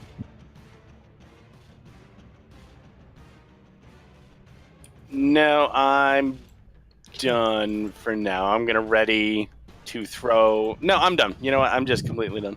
Just completely done. All right. So being completely done, moving behind the bugbear seems like as good an option as any. Shalvis is up though. All right, Shalvis, seeing the closest target now being the giant to the right, is going to move forward. So much stuff going on up here. We got a giant to here. We got 2 down here. And the goblin turning back and following along. Is within range of his so much going on. Try again, see if he can hit a shot tonight. Does a 10 hit? What are you attacking? The hill giant, or the giant to the right. The giant. 10 does not. I don't know. Let me look. Does not. I couldn't remember his AC. I was trying to remember what it was. Does not hit. Yeah, Jalvis sucks. I need a better NPC, please. Mine has 9 health. Yeah. Mine's Has just 9 health. piecing out. Yeah. Mine just has a lightning bolt, guys. Calm down. So the crossbow bolt, which he's down to like 7 now, right? Something like that. Quickly 7. running out. As the crossbow bolt flies in the direction of this giant. The giant just lumbering forward is paying no mind to this crossbow bolt that just came flying beside him. But with that, ends its turn. That goblin's dead. That goblin, yes. So the one that quickly dashed back and was shouting, trying to get the attention, follows behind one of the giants, saying, "Yes, these guys, they're responsible," and points in the direction of everybody else. After seeing the destruction of the fireball and all of the popped corn on the northern section of that. Is going to remain behind the giant in the meantime. He's going to move. I don't know how far he's going to move, but he's going to move. Oh, okay. So he's going to move to here. Let's see what his range is.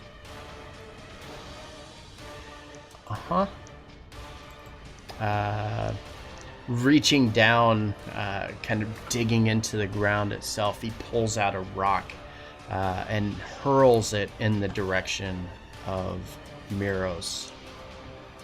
Does a 20 hit? See, you said Miros, but you meant Karsnook, right? Nope, I said Miros. Yeah. Okay. 20 hits. As the rock flies forward, Wow. landing solid impact into Miros. Hold on. Let me find this one. Hey, I'm gonna get my cat back. He's unconscious, dead. All right, I don't know how you want to do it. So he is down. We will have you do death saves to bring the NPCs back on their turn. Okay. But as this rock comes hurling in his direction, technically it would have been an 18 at disadvantage because of the range, but an 18 I assume still Doesn't hits. matter. Yeah. So Doesn't doing hitting a solid impact into Miros, and Miros collapses to the ground, unmoving. Lucas, seeing this and watching the boulder fly in the direction of Miros, your eyes widened immediately, and now you realize the sudden danger of everything going on here. Okay. Well, I guess I have to do that. Gotta get dangerous, boys and girls. I'm gonna move here? No. Here. I was right. I'll just go here. Activate Necrotic Shroud. Okay. Oh, Go ahead and link me that spell. I don't. I do it.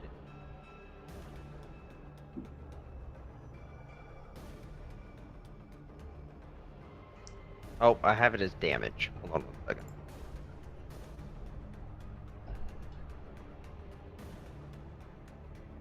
Try that again. There we go. All right. Transform.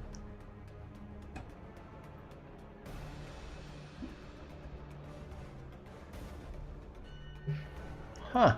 Nobody's within 10 feet of me, and I still have 15 feet. Mm-hmm. So I'm gonna move right up here. Okay. He is now Hey, he's within 80 feet. So he's gonna get some, where is it? Oh, attack. The 23 hit. Yep, it hits. 9 damage on the first arrow. Okay. 10, so 14 total damage. Okay. Yep. So 5 with the necrotic.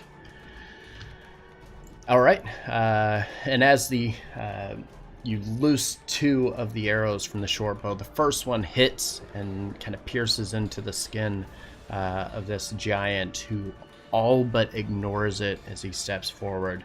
The second one flying a bit wide as you land the first shot, and it kind of throws you off that he didn't even react. And as you loose the second one, it flies just over his head, completely missing your target. Anything else? That's it. All right. Keelan A., you're up.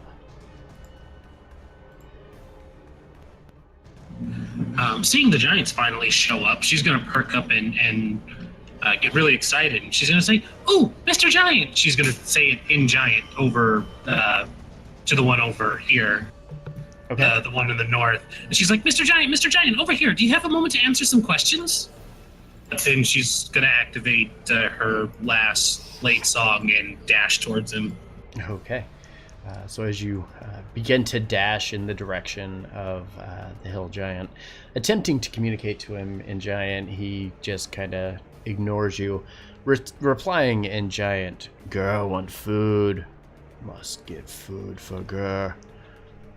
And that's all he says. There's popcorn. We have plenty of popcorn down to the south. Z, you're up. She's going to dash. And I believe she can get in there on her turn. So she's going in to do her business, I guess. So quickly running towards the door, kind of running straight into it and immediately sliding the key into the keyhole and kind of fidgets with it. It doesn't come unlocked. Messes with it, and then click. She opens the door, rushes in, slamming the door shut behind her, and then kind of pressing her back up against it as she stops. She's able to get inside, still has probably another 60 feet to the back of the Abbey, and then another 30 feet up a flight of stairs to the bell tower.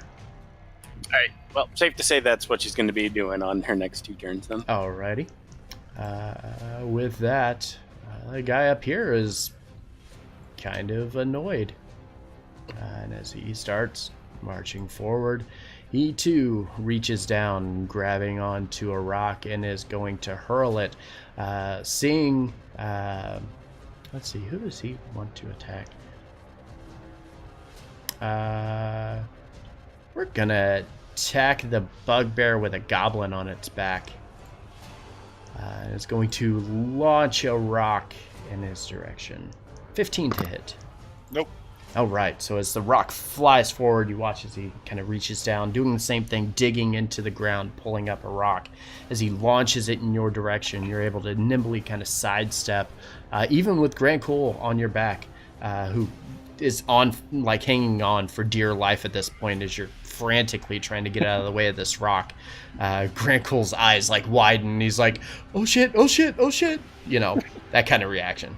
But does no damage to you. It is Miros' turn. Go ahead and give me a d20. See if he can save. Ooh, ouch. So 1 fail on Miros as slowly but steadily he's falling into darkness here. Grancool, you're up.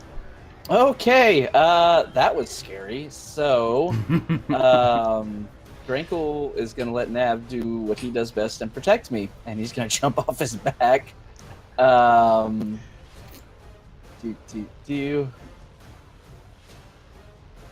I can't dash. Oh well. All right. Damn, those fireballs wrecked my other plan. Oh well. Okay. He is going to retreat. Run away! Run away! Tactical retreat here, real quick, and is going to throw a chaos bolt at Mr. Hill Giant that is trying to hit him. All right, go ahead and throw that bolt. He is going to use Tides of Chaos to give him advantage on this roll. Alrighty. It's a 25. Yes, it does. What kind of damage? Let's see.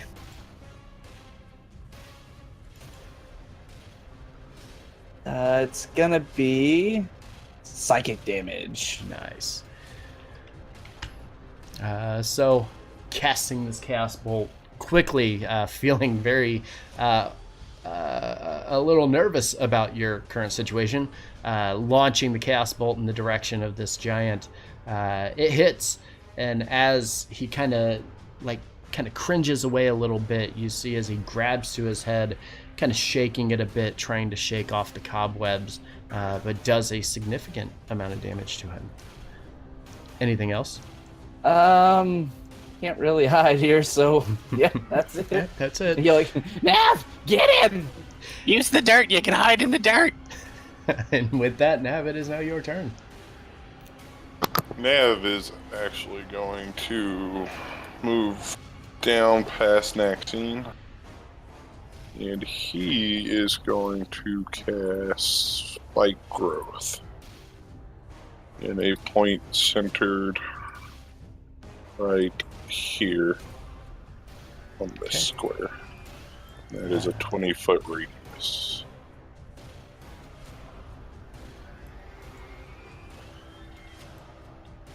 Like this? Yeah. Okay. And it is a square, right? It is a square. All right. Well, it's a radius. Sorry. Oh, okay. That'd be a I'll It'll move be a the circle. same size as a fireball. Mm-hmm. I'm just gonna move that. Maybe I will, if it'll let me click on it. Stupid. Which layer did you thing. draw it on? You gotta zoom Yes. sometimes for those stupid things. I'm just trying the selection one and it didn't work. There it goes.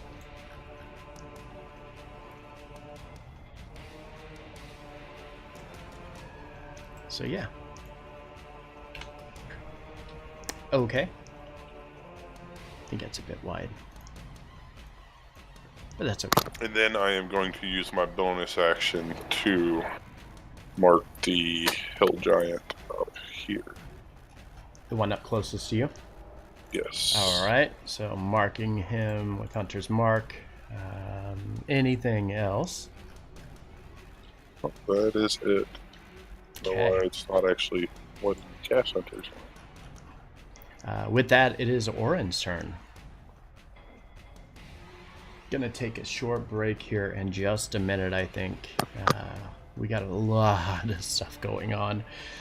And I think we're about to condense all of the combat into one small area, so then I can zoom in the map and give you guys a better view. Nav, it's Orin's turn. Oh, yeah, sorry. It's okay. Orin is actually going to move forward to right here. Mm-hmm. And he is going to throw a dagger at that giant. All right. Does a 19 hit? 19 hits. So as the dagger flies forward, piercing into his leg as he throws it, not doing much damage as he kind of bats it away with his kind of just like lumbering movements. His hand just kind of knocks it out of his leg. Doesn't pay much attention to it. Orin is now down to 2 daggers. Yes, he is. And that will end his turn. All right. Ogre time.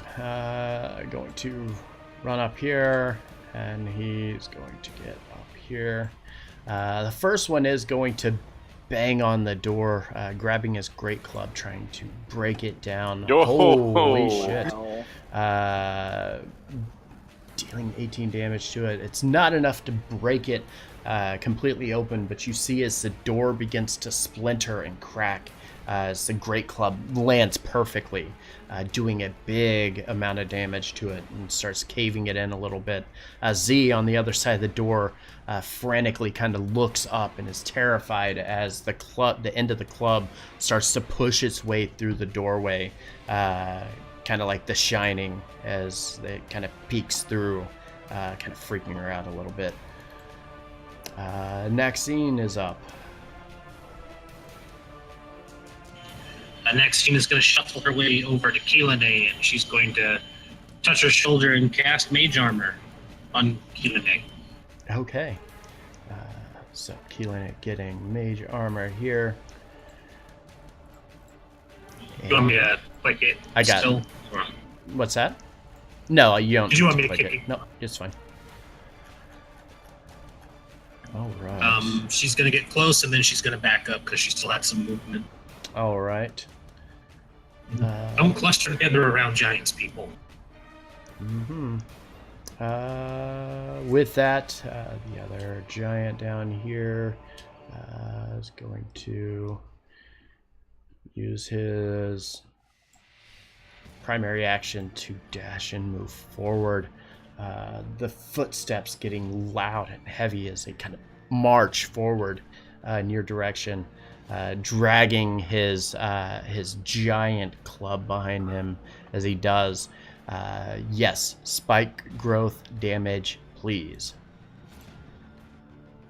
Never once said that they are intelligent creatures. They just know what they're doing. They want to do. Ow, ow, ow, ow. It's a lot more than that. Yeah, he gets one for every square that he walks through. Mm-hmm. So, 1, 2, 3, 4, 5. Call it 6. 6 of those. 66 damage. Let's go.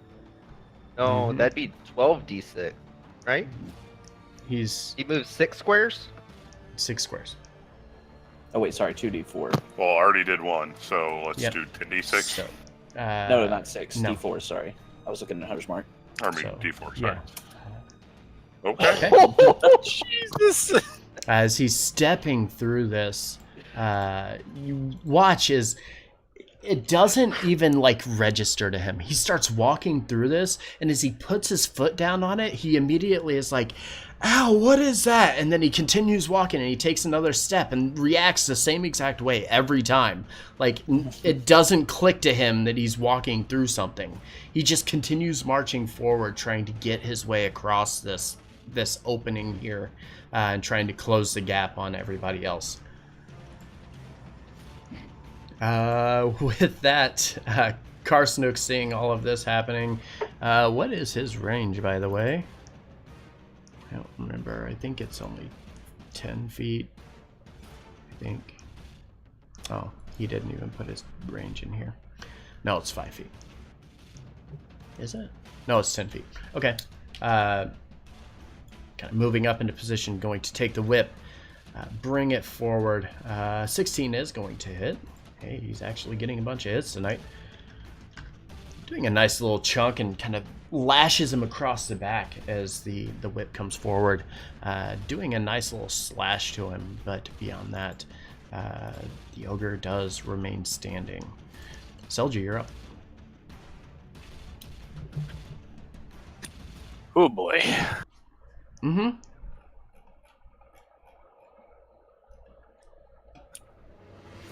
This was perhaps not the best loadout of spells for this. But I will do the best that I can. Let's move in a little. Alright, so the dagger over here, or not the dagger, the giant over here who was hit by a dagger. Was that all that happened to him? No, he's taken other damage. He took a spell from Grancool as well. Alright, Selja is going to make sure I'm in range. I am not. So she's going to move up, then she's going to point her hand at the giant and cast Hold Person.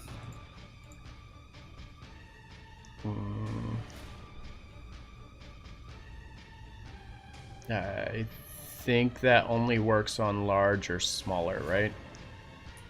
Person, it's not monster, it's person. Person would be large or smaller, if I'm not mistaken. It just says humanoid. It's humanoid. So any humanoid, it could be a gigantic humanoid and hold person would If work? they're classified as a humanoid. Yeah, if it's a humanoid, then it works. Let's look. I don't think he is. Well, if Nope, he's not, then he's technically a giant, so giant. It would not work. okay, then I'm not going to do that because that just would be silly That of would me be, to yes. waste a spell. It would be, and we'll Okay. take that back. We'll retcon and say that didn't happen. Cool. All right, good to know. All right. I'm going to cast God damn. Mm-hmm. Giants really kind of just made. All right, I'm gonna go support. I guess I'm gonna cast Healing Spirit, and because I know where there's gonna be some punishment thrown out, I'm gonna cast it at level 3. Okay. Where are you putting it? For right now, I'm going to put it. I'm gonna put it right here, so it's just kind of like a central area. And it's just a 5-foot square, right? It is. Yep, just a little Okay. little square. So if you pass through that square, you get to heal for 2d6 because I cast it at a higher level. All right. So everybody hears that 2d6 if you pass through that square. And I'm going to use the rest of my movement to get away from other people. Shalvis, you're up.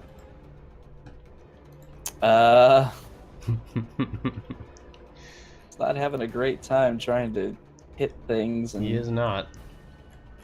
can't seem to get a good opportunity to attack this guy, so he's going to step down. Yeah, 5, 10, 15, 20, 25. He's going to move down south of Keelan and try to fire another hand crossbow at Mr.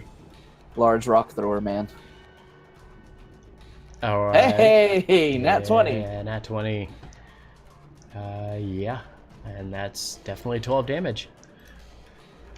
Just making up for lost time. Mm-hmm. Quickly firing off the hand crossbow. Feeling a bit confident this time as he kind of rounds a corner, getting around Keelan, and once the bolt looses from the crossbow, impacts into the chest of this hill giant, who does pay attention to this one, and kind of snarls and looks in the direction of Shalvis, but otherwise does nothing else. That's his turn. All right.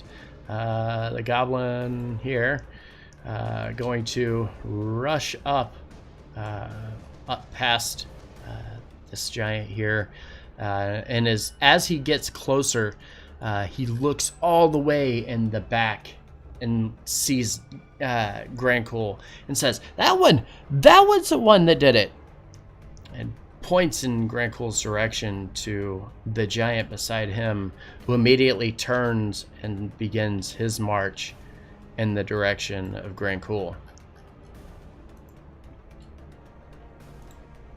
Oh, Lucas, you're up. It was nice knowing you, Grancool. Gonna move right up here and continue my arrow barrage on this giant here. Okay. Yeah, go ahead.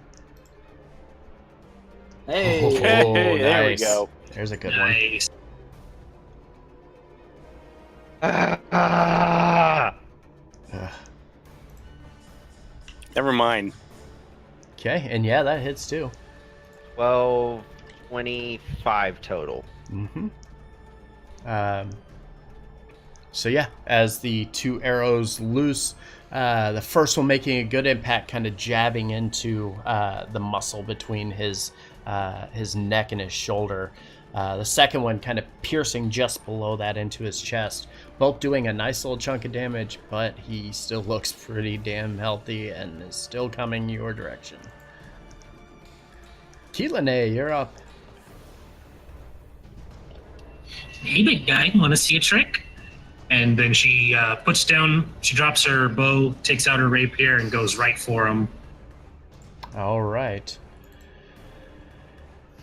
And she does some fancy footwork and dancing because that's what her thing does. Okay. Yep. 13. Okay. And then gonna action surge and do it again. Alrighty. 14 hits too. All right. Anything else? Nope, that'll do it. I guess I can't say is anybody else getting in melee because I dance around him, but can't really ask that. Done. All right. With that, Z, the door is being bombarded by the ogre, and it's already peeked the head of the club through a bit. So what are you doing?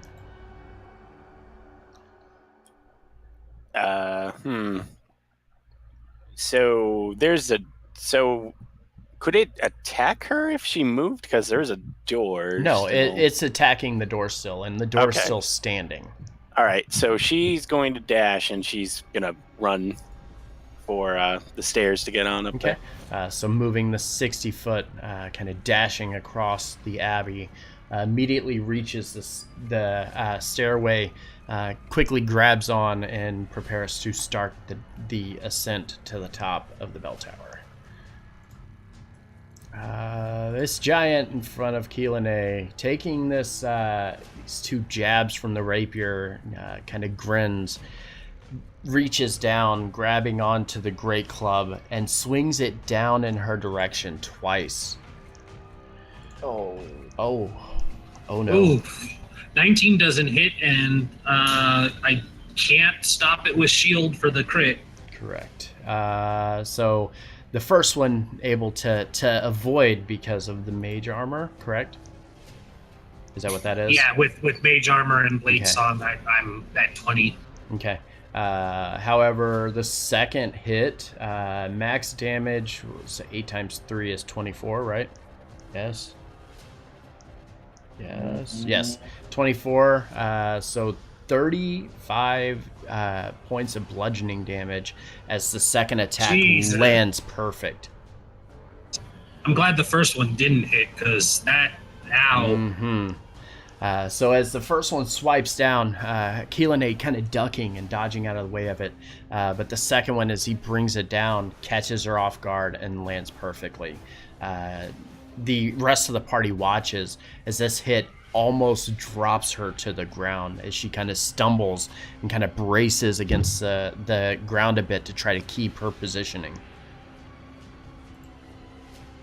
Miros, death save, please. 2 failures. Shit. That is unfortunate.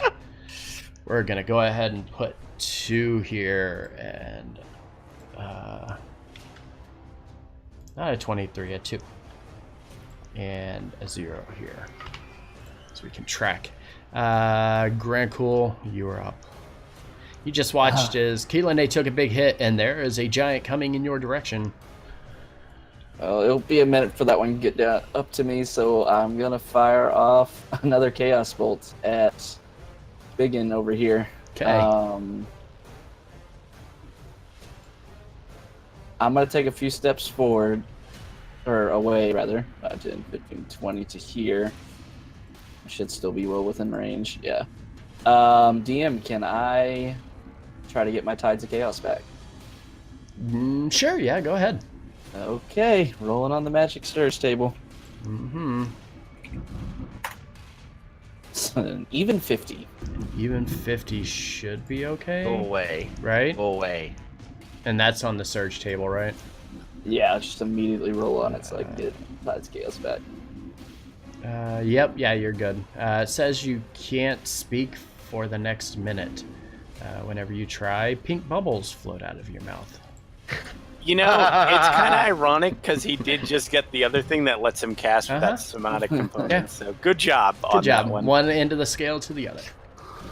Okay, well, I can't cast any of my spells now, so No, you can cast without. You still have that magic circle. Yeah, you have the magic thing. Oh, I do, don't Mhm. Yeah, you can Okay, cast without cool. some amount of components. Mm-hmm. I? All right, then cast bolt. It's just all in bubbles now. Yes. So Crinkle still trying to do it, even though he doesn't. Need to. He's gonna shoot with advantage with chaos bolt. All right. Hey! Oh, look at that. Go ahead and give me that juicy damage. Yes. This is 22. going to be force damage All right. for 32 damage. Tell me how y'all just killed the first giant.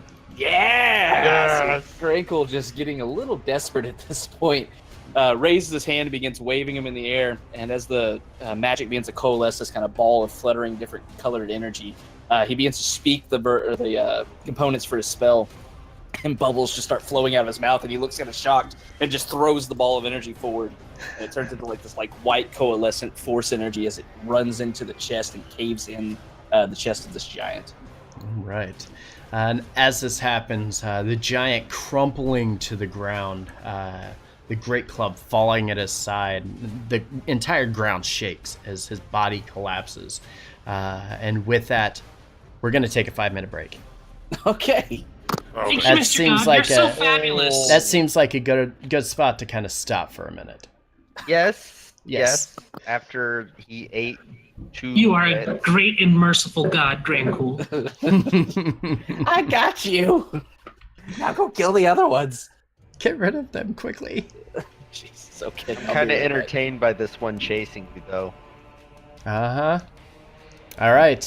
So yeah, we'll take 5 minutes here, and then when we come back, we'll continue. Sounds good. All right. That's the thing. 5 minutes here. And then once we're back, we'll hopefully finish off this part of the encounter. And then we'll see what happens next. So, back in 5, ladies and gentlemen.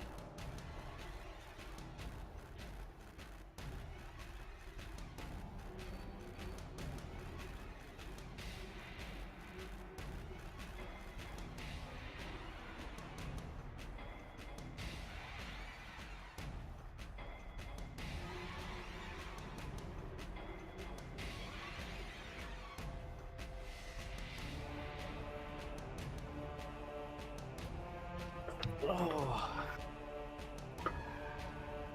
Clutch nat 20.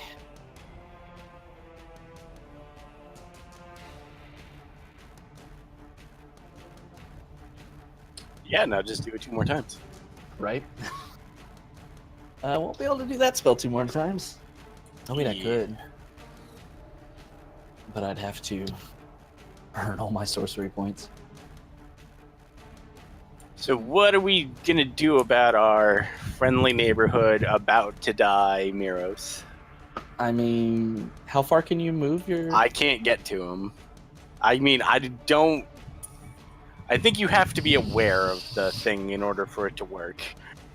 So I don't think I can use it to heal someone who's unconscious.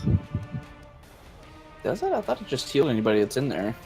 It's certainly something I will ask the DM, because that would be helpful, but I'm not sure. Oh wait, no. No, you control the spirit. Yeah. Yeah, no, it says in the I wording. cause it to do the heal. So yeah, I guess I could throw it over to him, but it has to be on their turn. Yeah, it'll be whenever they start. Do you go before him?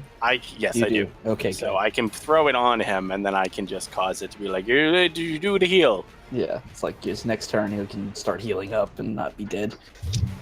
I don't want to kill any NPCs if we can help it. Yeah, and then we also got to get Kulane up because there's no way in God's green earth she can take another hit like that. No. But she can go before that. How far? I think she is Blade Song, so...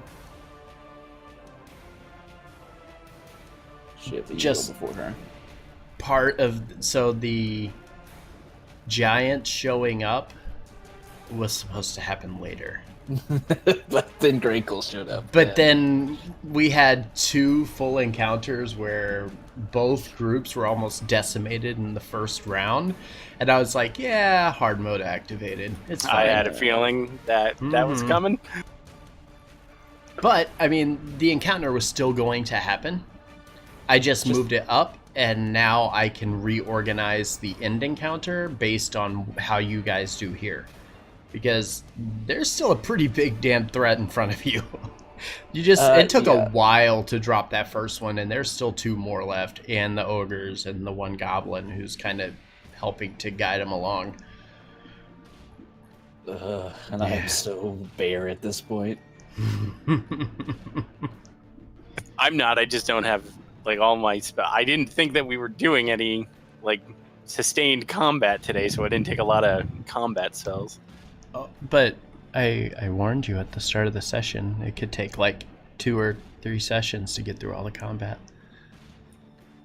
Well, also I'm a druid, so we don't have like we're not sorcerers. We don't blast things. Like I have maybe 1 offensive spell at my disposal. The rest of it's mostly support. And hold person doesn't work on anything that I want to cast it on. Does not. So It's a good thing these are giants, am I right? freaking Giants aren't humanoid. No. Whole person is very limited. Mm-hmm. To just humanoid.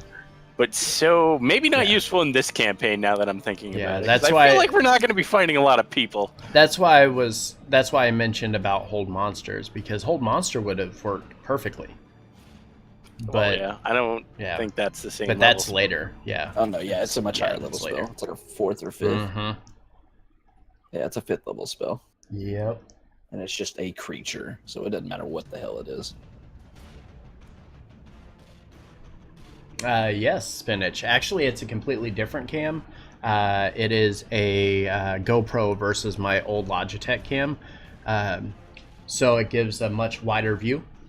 And the way it's set up is it kind of shows everything that's behind me, which is kind of nice. I like it.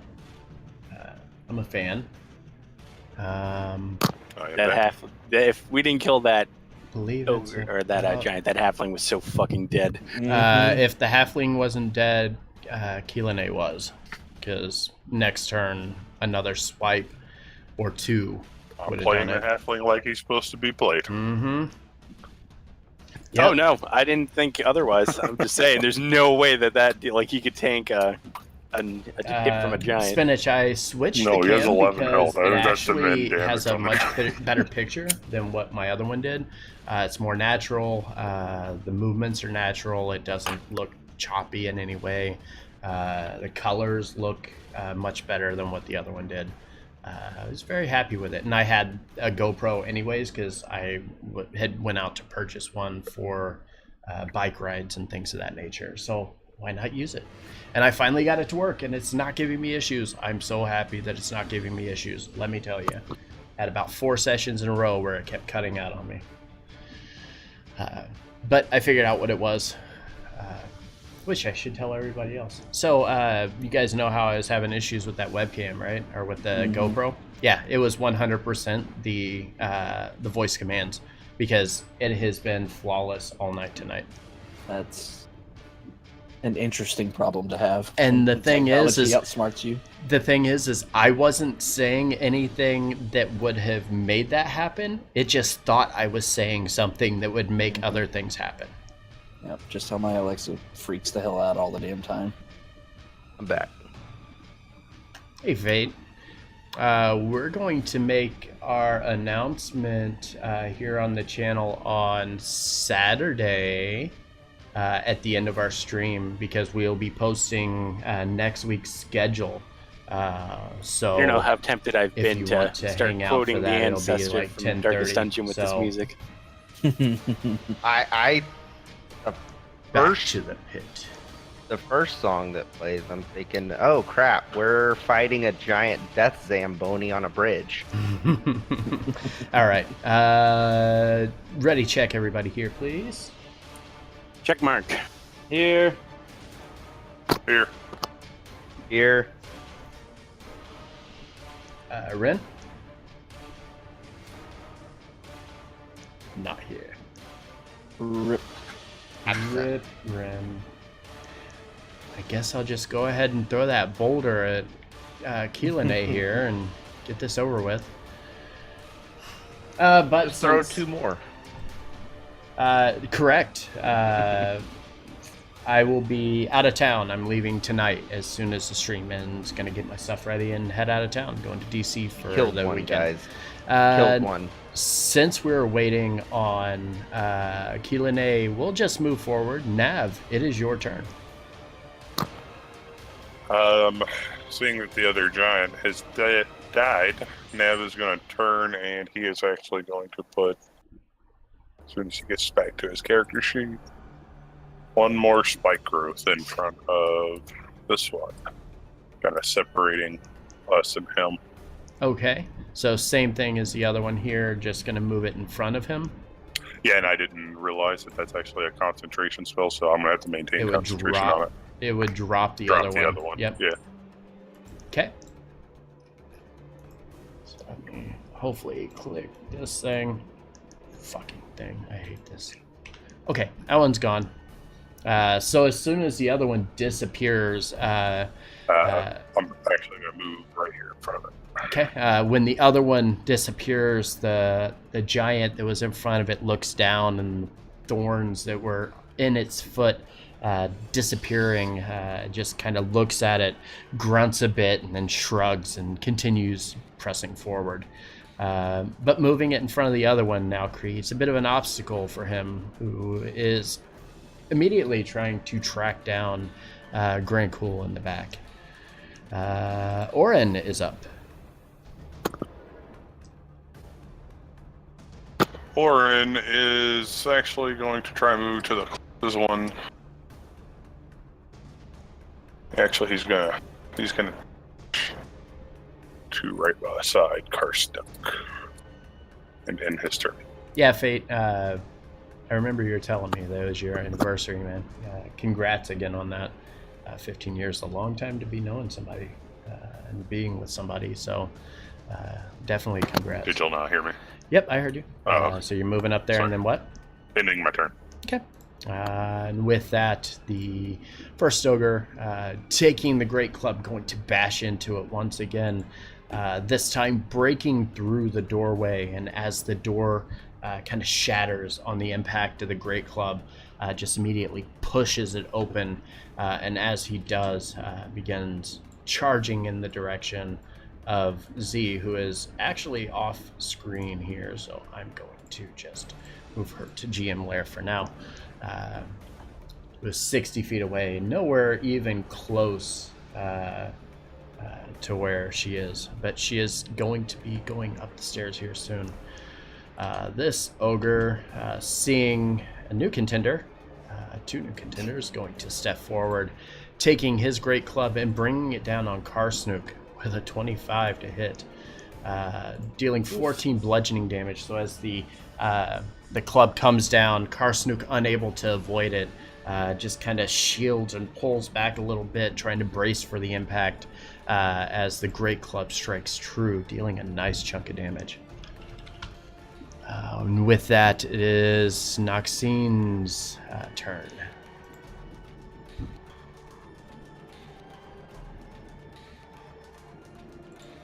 If he is here. Ren, you here?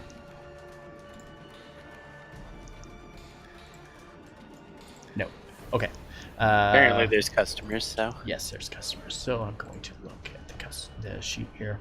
What does he have? Yeah. Wait, is he at work right now? Yeah, he's at work right now.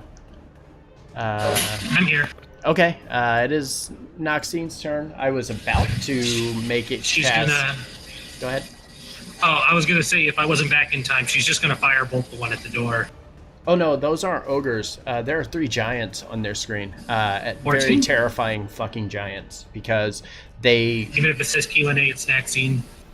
made quick work. 14 does hit. Made quick work of Alrighty, so she's gonna do my that goblins damage there. and ogres, and so I decided to put this shit on hard mode. And then she'll move back a little bit, and I'll be done. All right, and as such, the ogre taking the brunt of the firebolt as it kind of flies right over top of Karsnook, hitting him in the chest. He kind of staggers a little bit, remains on his feet, and is looks pretty beat up here. The one down here, what is he going to do? Kind of looking forward. What is his range? Front.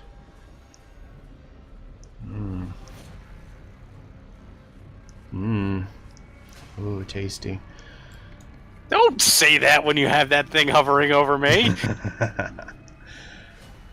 Let's see. Ooh, okay. All right, so he's going to just start hurling rocks, and his first target is going to be... Let's see. I'll actually roll for this.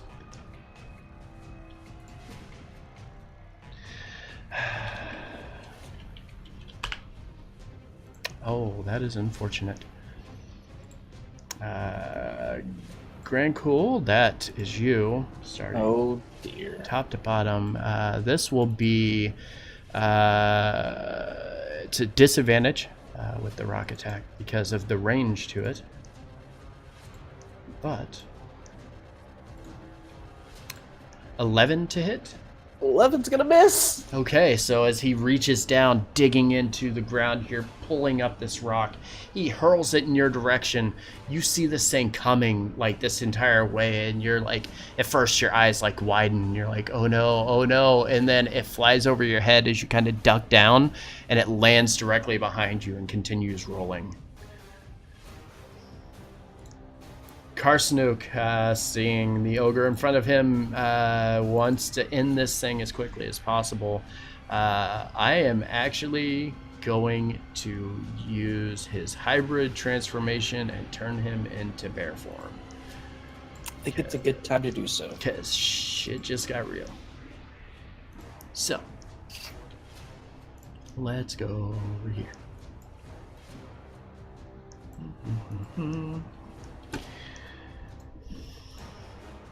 So, sending this to GM Lair. This comes here. And he is going to, I believe he gets melee and 2.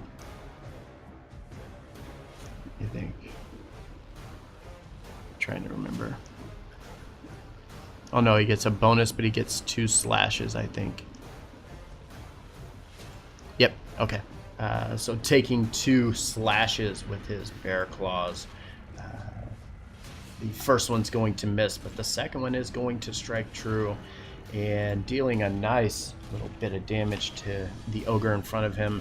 As the claw digs into his skin, you watch as the ogre reacts, again snarling, reaching down, grabbing onto his great club and begins lifting it up into the air, but it is unfortunately still standing.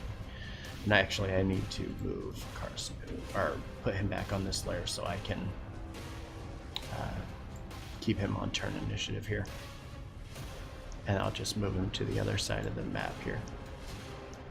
One sec. Actually, I can see it, so it's fine, because I don't need him to see it. Selji, you're up. Okay, first things first, I'm going to move the healing spirit onto Miros All right. so that we can save his life. And then I don't get my cat back, so I don't really see the point of why we're doing that. But Why it's are we fine, doing I this? This suppose. is dumb. That's your choice. So Miros getting 2d6 healing. So go ahead and On his give turn. me- Yep, on his turn, he will take that heal. Oh, okay. So, and then as for Salja, because I can do that as a bonus action to move that,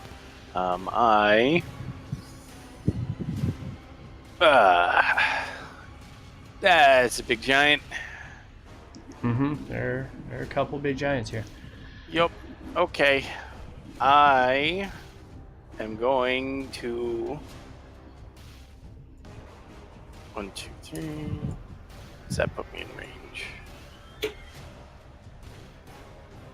Nope. God, I can't do anything.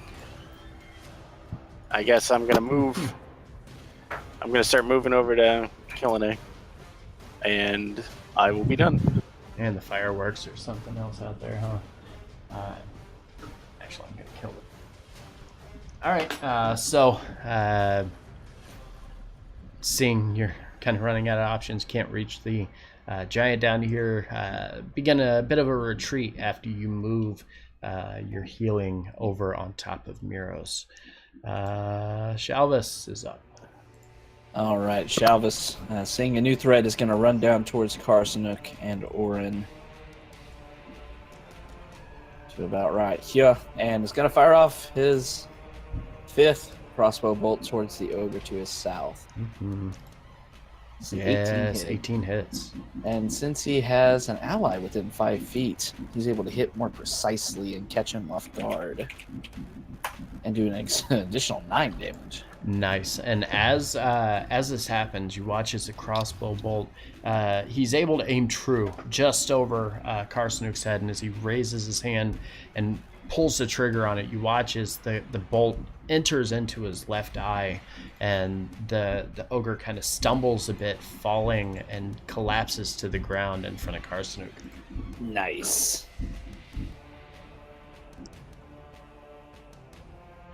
Else? He's just gonna yell out towards Orin and Carsonook, saying, "We have to protect Z. Go after the one that went inside." That'll be his turn. All right. With that, the goblin once again making his way forward, seeing the circle ahead, kind of motions to the giant. Did he here. see it? He has to make a perception check. Does he? Cool. He does. Okay. It would be wisdom 17 to see it.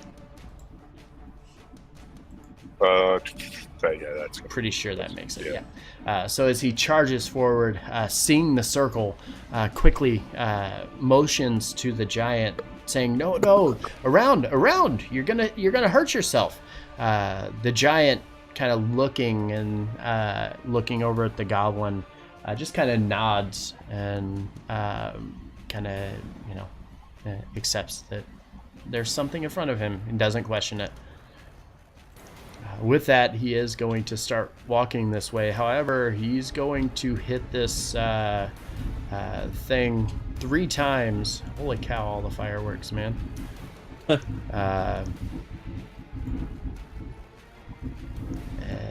he's going to move an additional 10 here. Making, I will take my attack of opportunity on him. you will also do 3 damage, or he'll enter into the square 3 times as he makes his way around, because he doesn't catch it at first, but then he steps on it and realizes what the goblin was trying to tell him. The goblin just kind of face palms, shaking his head, can't believe that the giant would walk through it. So go ahead and give me the damage. Yep, on that first.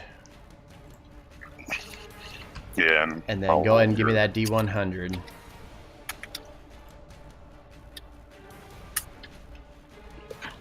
Uh, 66. And that's a melee weapon. All right. Go ahead and give me a dexterity check. Okay, yep.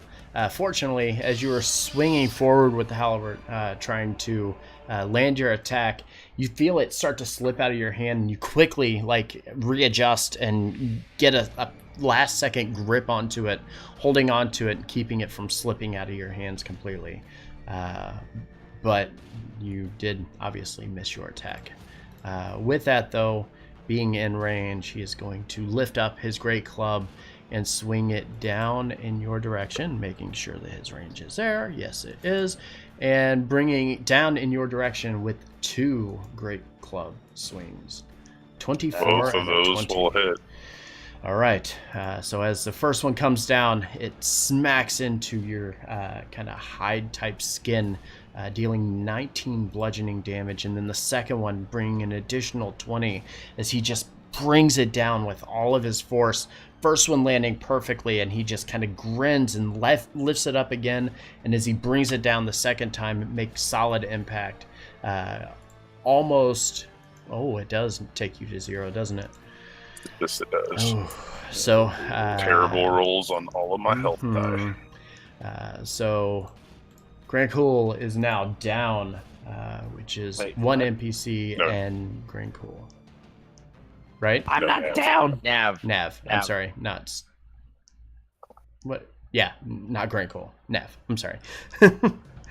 Whoa. Yeah. So party kind of watches this. Lucas, up to the north, you see as the giant comes around the corner and just decimates Nav with a couple of swipes. I'm gonna shift over here and cast Branding Smite and shoot at him 2 more times with my bow. Alrighty, go ahead and do it. The 23 hit. It does. That and that. Wait. Okay, 3rd level. So, and then one more arrow. So 20 damage. 14 hit. 14 does hit. 20. That'd be 26. 26, 31. Because of Necrotic Shroud still. How much is the Necrotic Shroud? It's 5. All right. So you watch as he grabs for the short bow as pack weapon here, and as he releases the 2 arrows, both of them fly true. The second one almost looks like it's going to miss as it starts to fly in his direction.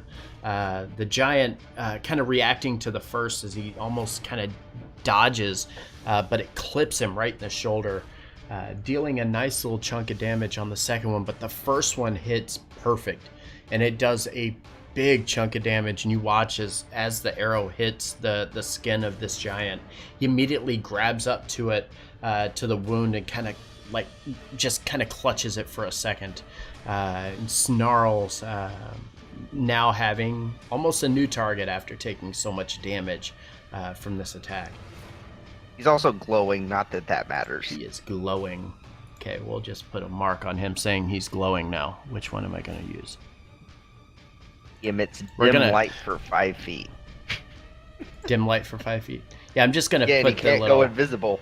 I'm just gonna put, because that's the thing he's gonna do. Let me tell you. That'd be scary. Right? Invisible giants. Come on. Yeah. So nice little bit of damage here. Keelan not looking so good over there though. But the giant's dead, so that's something. That is something. You're welcome. You are a great and bountiful god. Keelan is gonna run towards Nav, seeing that he's down. What's this marker on the giant? Which one? This one? It's just indicating that he's glowing from Lucas. Okay, gotcha. So he can't disappear. So she's gonna move her 40 feet. 40. She's gonna stop here next to Selja, but then she's gonna cast Grease. Was she casting? I'm sorry. She's casting Grease under his feet. Okay. Dex save or fall prone. What is the save Whoa. DC? For some reason it doesn't have mine listed, so hold on. It is her int, so 14? Or does it include the proficiency? It doesn't even matter. He rolled a 2. Sweet. So It he's does. not prone. It does count the proficiency, by the way. Yes. It's Yeah, 8 hold on, plus I'll be sure to proficiency fix plus that. intelligence mod. Okay. So casting this this grease-like substance underneath of the feet of the giant. The giant's feet start to give out, and he kind of stumbles a little bit, and then he falls to the ground directly in front of Nav. And that ends his turn. Or ends Keelane's turn. Z is at the bottom of the stairs. Is she going to dash up? or is she going to just run up and then try to ring the bell? She's going to run up and ring the bell. Okay. Because I assume she knows that she can make it in one turn. Okay.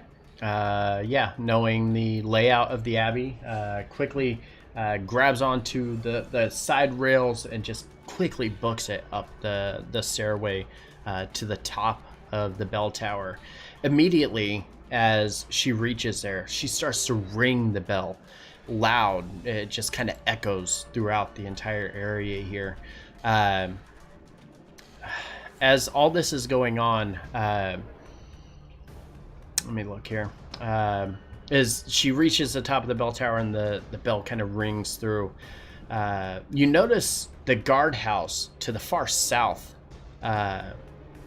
is actually the first to respond. And you watch as a torch becomes lit on the side of it. And as that torch begins to light, all of the guardhouses just at random begin to light up as well. The sound of the bell, and then suddenly, as if they also reacted on their own, many of these guardhouses are preparing, and the guards are now moving into position.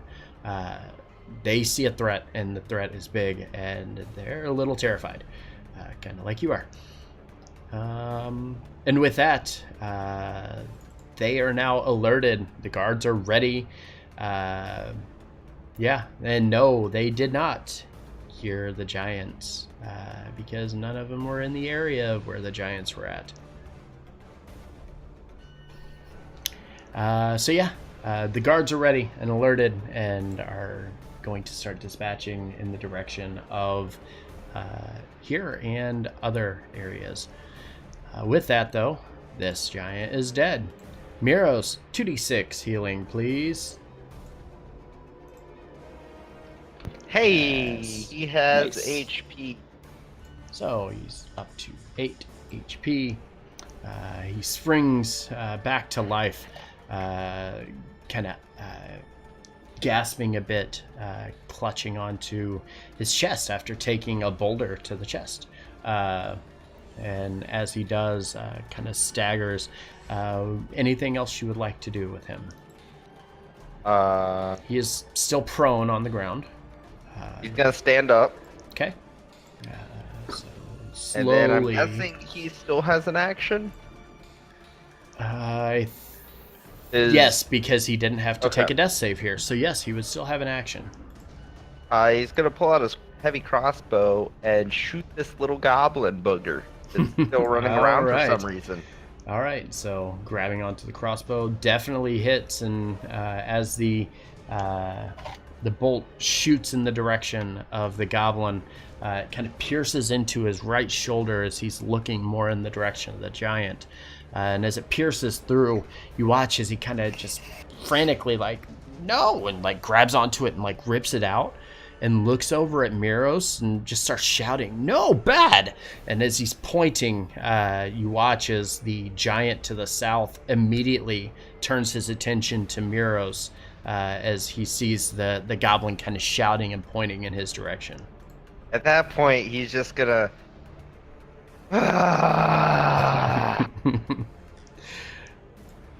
Grand cool. And I'm guessing it. That's it. Yep, half movement. So yep, there you go. Grand cool. That's It it. is your turn. Okay, well, he just took out my buddy, and I'm not happy about that. Mm-hmm. So, Hit him.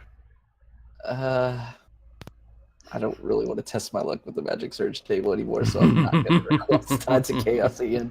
I'm just going to fire off my last Chaos Bolt Okay. at the big dude.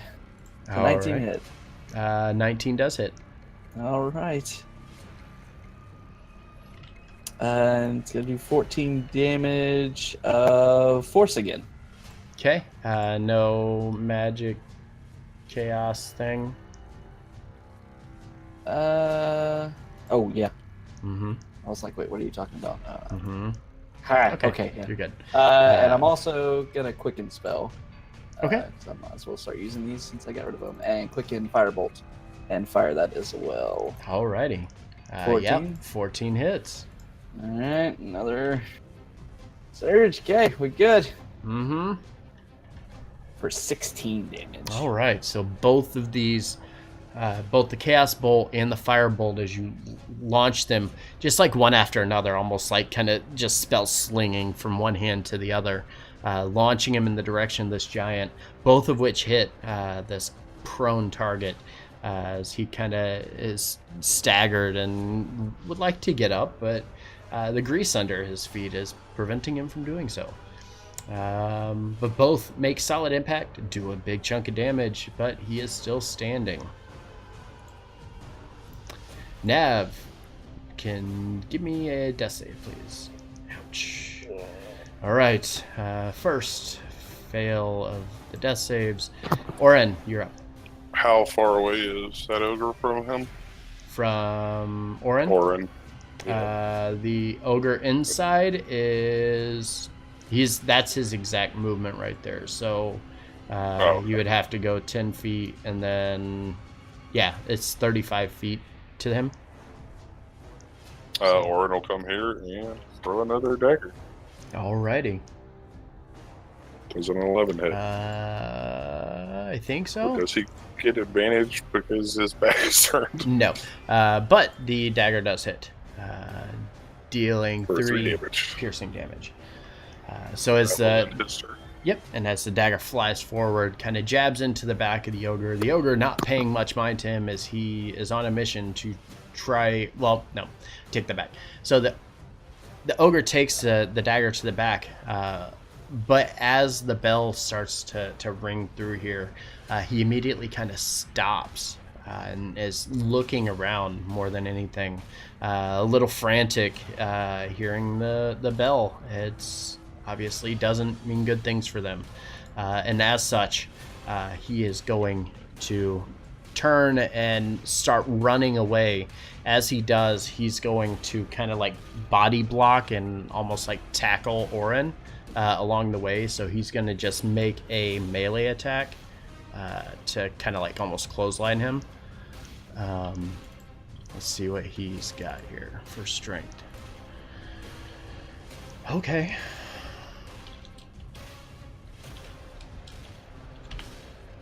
Does a 17 hit?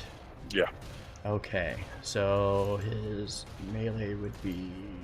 He would do... So as he's running by, he's going to hit him kind of like with a clothesline. It's going to do 7 bludgeoning damage as he hits him, and is going to try to continue on.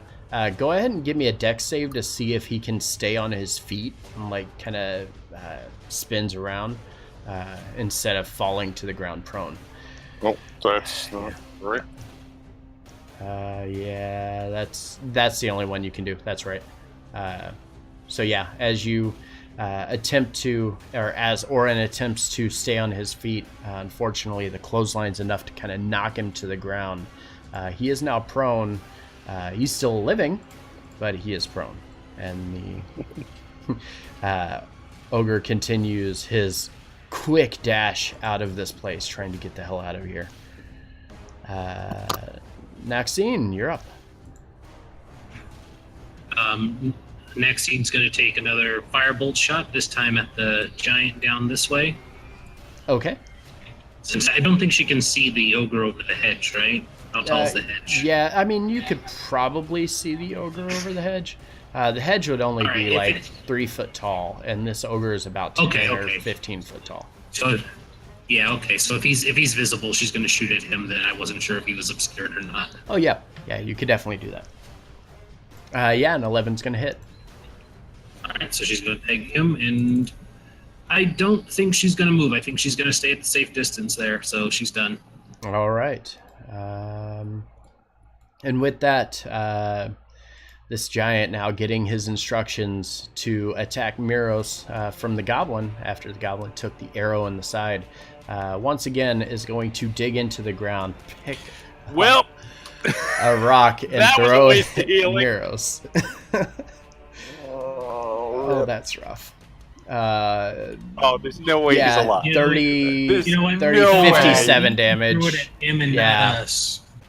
That would one shot him at full health. Yeah, Yeah. at full health, that would one-shot him. So Miros Unfortunately, as the giant reaches down and grabs this rock, just angrily launches it in Miros' direction, Shalvis kind of dodging, like almost kind of drops to the ground, trying to avoid being hit by this thing as it just impacts with such force that it actually shatters against Miros, and Miros drops to the ground and is just completely just unconscious and unmoving. Unlike previous attempts and other deaths that you guys have seen, this is for certain. I mean, you could see that's a polite way of saying he got pasted and smeared all over did. the ground by a rock. He But 100% did. And with that, Karsnook, that's kind of terrifying. Karsnook, though, seeing an opportunity, rushes forward and is going to make 2 quick strikes with his bear slash in the direction of this ogre, both of which are going to hit. Hopefully, okay, the first one is enough, but just frustrated seeing Miros die, continues just kind of scratching and clawing away, and you watch as the ogre collapses to the ground, unmoving. Selja, you're up.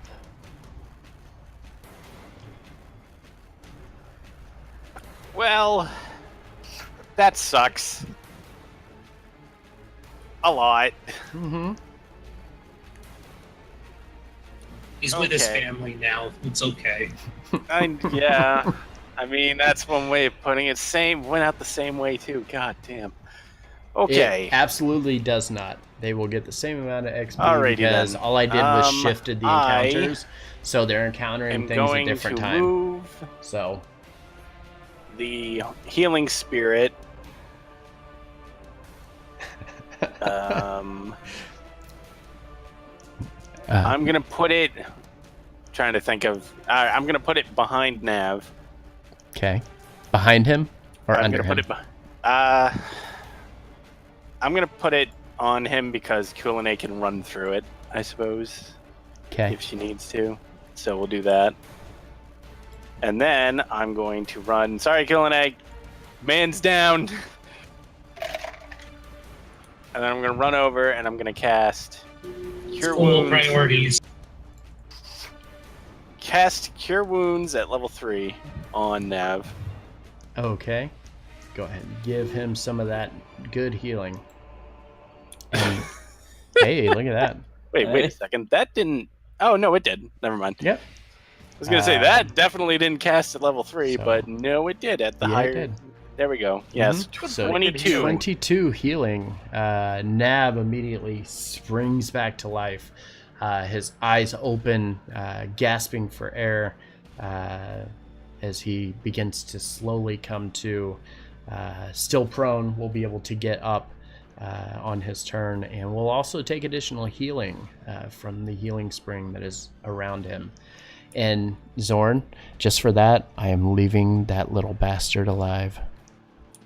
I'm gonna use my last 5 feet of movement to basically dive, and then I'm gonna use my my nimble escape to use a hide action to once more futilely throw dirt over myself to hide. Okay. You can do so. They're going to discover you pretty quickly because Oh they yeah, kinda saw you, absolutely. but that's fine. I'm doing it for humor at Uh-huh. this point. Shalvis, you're up. All right. Well, another one went down. Shalvis looks over as Miros is just turned into nothing, a pancake. Haste. He is Kind of haste. flabbergasted by it. Tries to get his wits, and he's gonna move forward within 30 feet of this dude. So right there, and fire off his 6th crossbow. That's right? Yeah. Yep. Only got 4 left. It's a 13 hit. It does hit. All right. Catch them for 7. All That's right. his So the hand crossbow quickly raised, and he fires it off. It hits the giant kind of in the stomach. Doesn't really do a lot of damage to him, but it does make impact. Now, however, his ammo is quickly diminishing. The goblin, seeing Miros dead, starts chuckling and laughing and points in the direction of Shalvis and says, again, and points over in his direction as the giant to the south here quickly grins and reacts. Dex save to try to stand up. Yeah, he stands up. Ah, shit. As Dang such, how big is the area that the 10 grease foot is? square. Okay.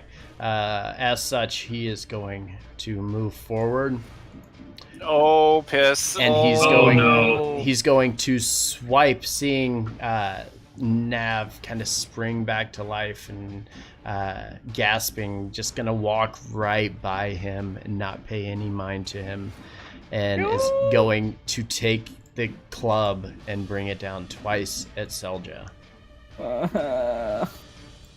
23 and 17. No. Oh, yeah. Both hit. Oh, absolutely. Okay. Here we go. 13. Should have stayed by me, man. 13. Still up. Yeah. So, bringing the club down as he smashes it into Selja, grins and then brings it back up again, thinking he's going to miss the second one, but Selja's movements kind of move her right back into it, and unfortunately takes a second shot from the great club. He is no longer prone. Let me fix that. Is still glowing a little bit from Lucas earlier, but is able to make good impact on both hits to Selja. Lucas, you are up. How is he looking? Who, the giant? Yeah, the one that just smashed the crap out of Selja. He's looking pretty bloody. He's still going, but he's looking bloodied. Okay. I'm gonna cast Branding Smite again Alrighty. and shoot him some more. Okay. I don't think a 10 That's hits. unfortunate, because a 10 is not going to hit. 15 hit. 15 does hit, though. 6, 11,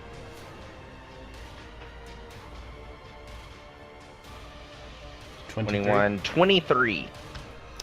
All right.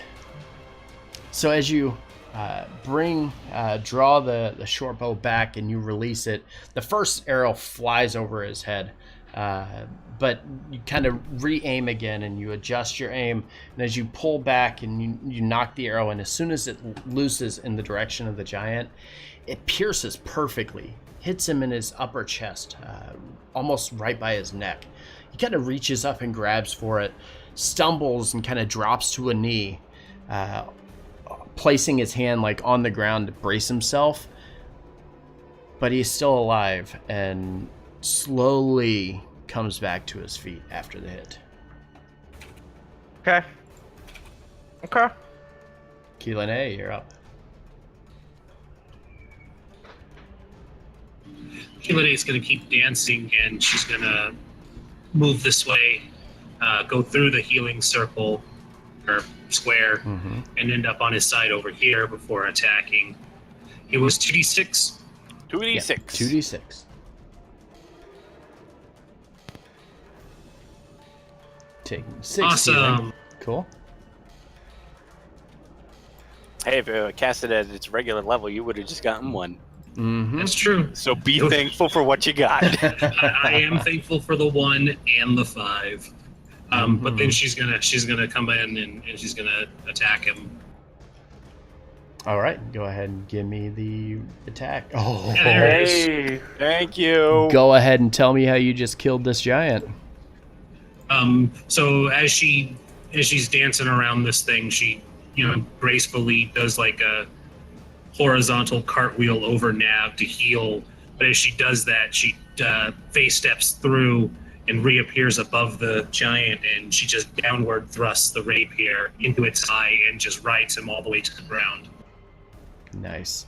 And as this happens, the ground once again quakes as the body of this giant collapses, just falling flat on the ground. As soon as this happens, the other giant to the south, his eyes get a little big, and he looks around, realizing obviously that he is outnumbered, but still very intent on doing what he came here to do. Somebody kill that goddamn goblin. Z, still upstairs, just ringing the bell, I'm guessing. Yeah, I think at this point she's just ringing away, Okay. just thinking that that's probably the best way Best she can course help of at this action. point. All right. All right. Miros is gone. I didn't even. Okay.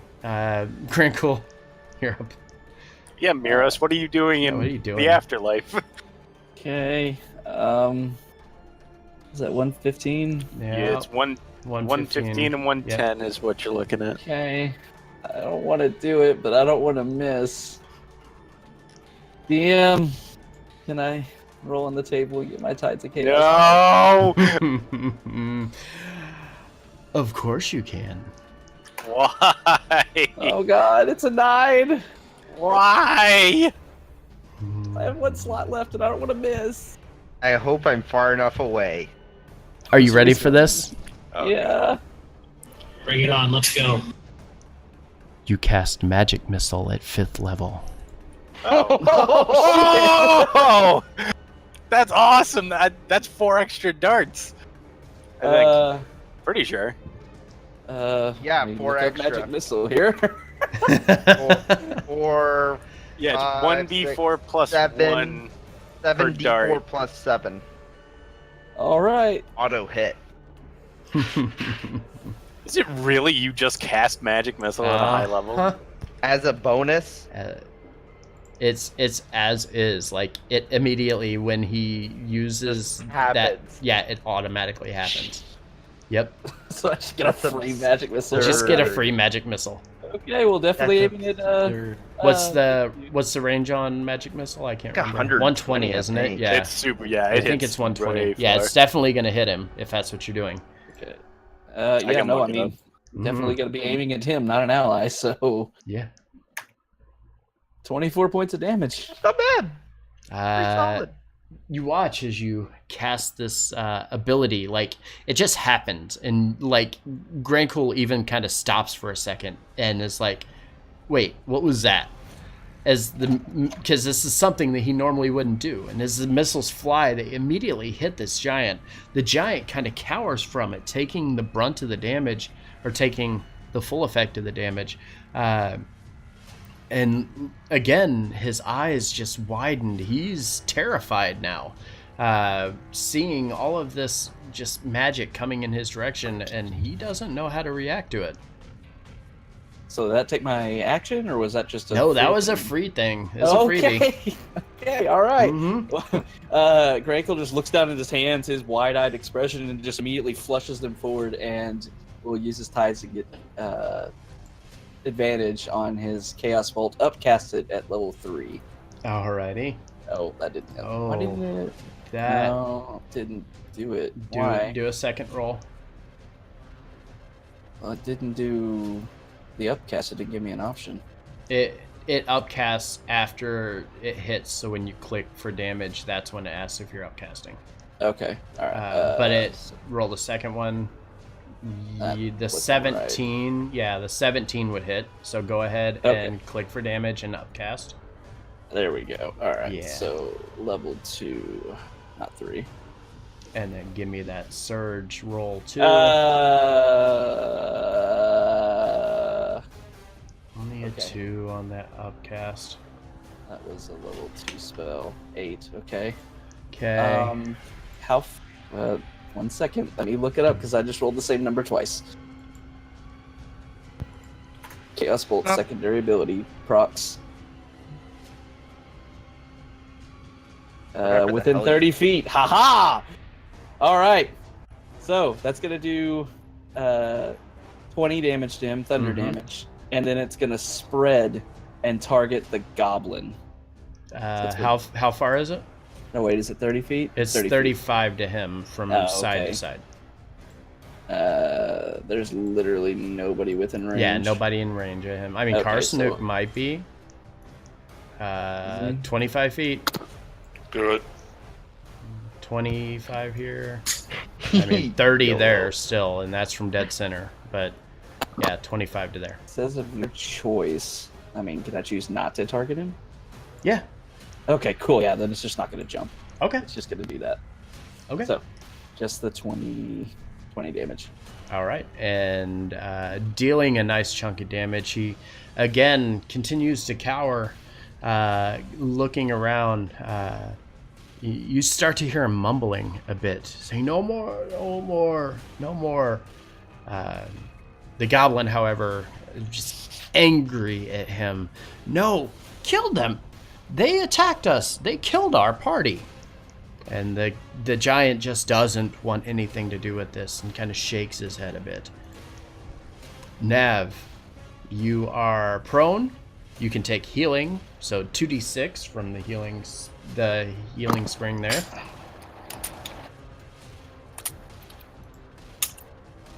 All right, an additional 8 healing, and you can use half your movement to stand and then figure out what you're going to do next. I will use half my healing to stand, and I'm going to cast Cure Wounds on Selja. Nice. Selja taking 6 healing. No, you can't. She has to be in range for you to touch. So you would have to use the rest of your I'll do movement it to on. get over there I'll first. do it on kill. Okay. Oh, Yeah. thank you, Nav. You're so sweet. And Nav, then- did you see the way I totally fought that giant? I didn't see anything, Selja. Oh, Sorry. I don't even remember what happened. All Then I'll right. use 15 feet to move towards the goblin. All right. Oh, and yeah, this would have dropped too. Yeah, that's That- gone. Yeah. All right. Oh wait, I still have a bonus action, right? Yep. You still got a bonus. I'm not gonna use it. Alrighty. With that, it's Orin's turn. He's prone. He can use half his movement to stand. Yeah, he is going to stand, Okay. and then he's going to move forward Alrighty. to right there at the edge of the hedge, and he's going to throw his last dagger All at right. that giant. And miss. unfortunately, it's going to fall a little short of the giant as he kind of throws it kind of off balance and trying to get his bearings a bit and throws it in the direction of the giant. The giant's able to just kind of step over it and ignore that it's there. Maxine. Maxine is going to. She's gonna. Is the goblin in range? Let's see. He is not. She's gonna move closer and then she's gonna firebolt the goblin, because fuck that guy. Filthy goblins. I hate goblins. Except for you two. You alright.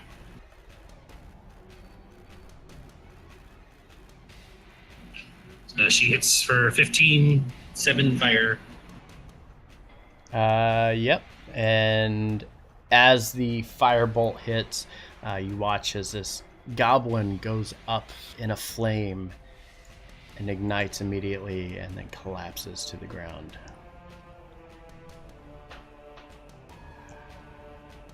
That's all. Okay. And with that, the giant here kind of looking around, intimidated, scared, instead sits down and begins sobbing a bit, almost uncontrollably, and says, "Lob just want to bring food to Gurg. Gurg will kill me." And that's all he's doing, is just crying over and over. oh, it almost makes you forget the fact that he just pasted someone that we liked. I don't presume that I liked him. With that, Well, I'm gonna I mean, have. you did give us all did free take a beer. cat.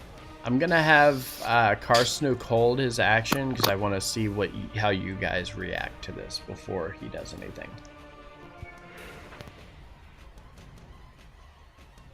Selja, you're up. Well, Selja is going to take a step in her healing and also poke Kill with a healing spell as well. Alrighty. So you heal for 11, and I heal for 10. All right. So taking a bit of healing here, and kind of catching your breath for a second, watching as the giant who he just collapsed to the ground, like rumbled the ground as he hit. Obviously, he's kind of just sobbing and crying at this point, not moving. Shalvis, what is he doing?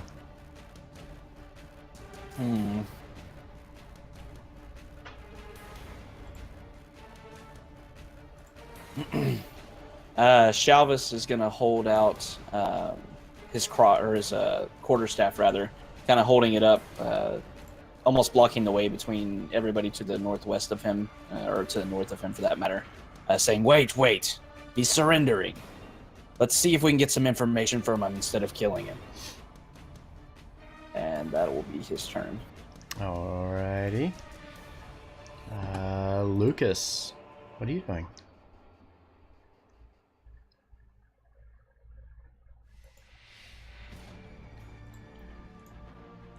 Can't hear you if you're talking.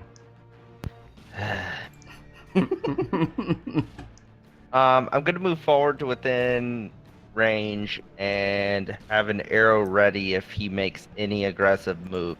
Getting a couple arrows today. Okay.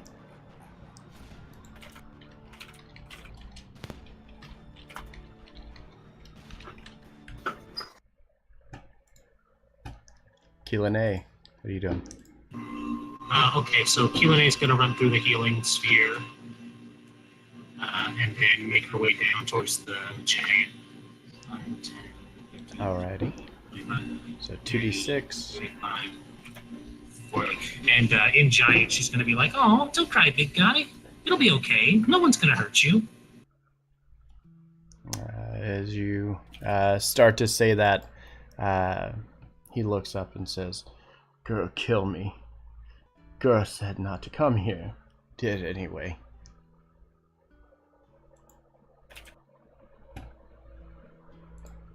What's he doing?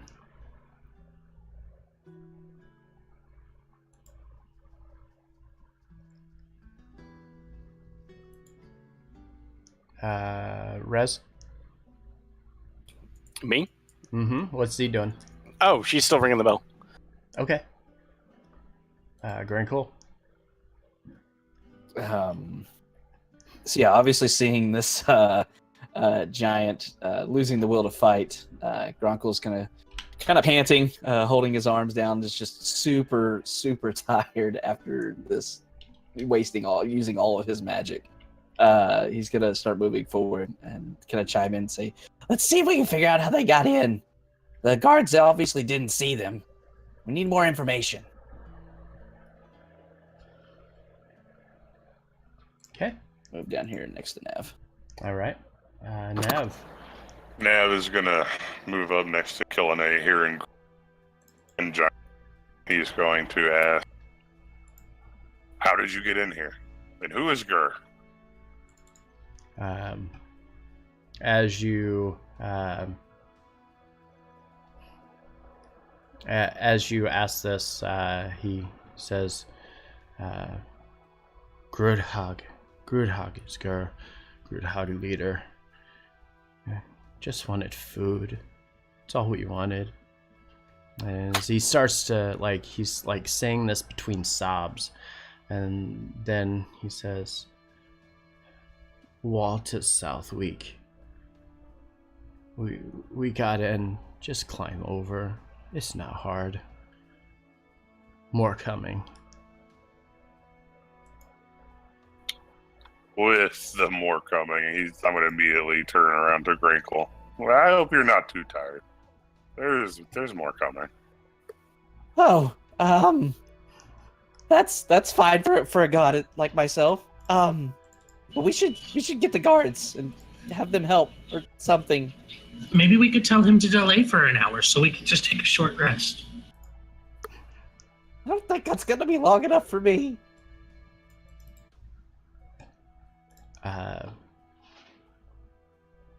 Okay.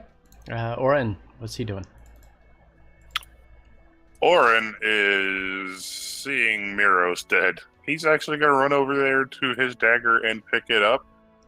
And he's going to scream, "You killed him," and hurl it at the giant who's sitting down. Okay, go ahead and roll the attack. Oh, now he hits. Yeah, he hits. And as the dagger flies forward, it jabs into his chest.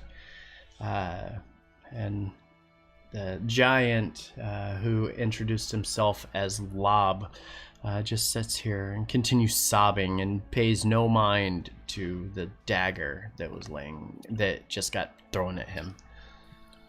Oren, seeing that, is going to just fall down to his knees and start crying. And that will end his turn. Because I don't like him. So are we keeping him alive, or is he expendable now?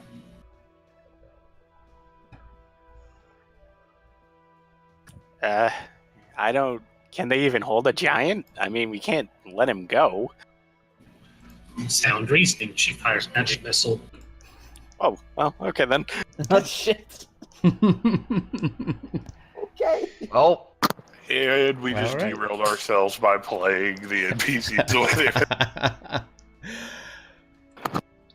Okay. She casts Wow. it at third level.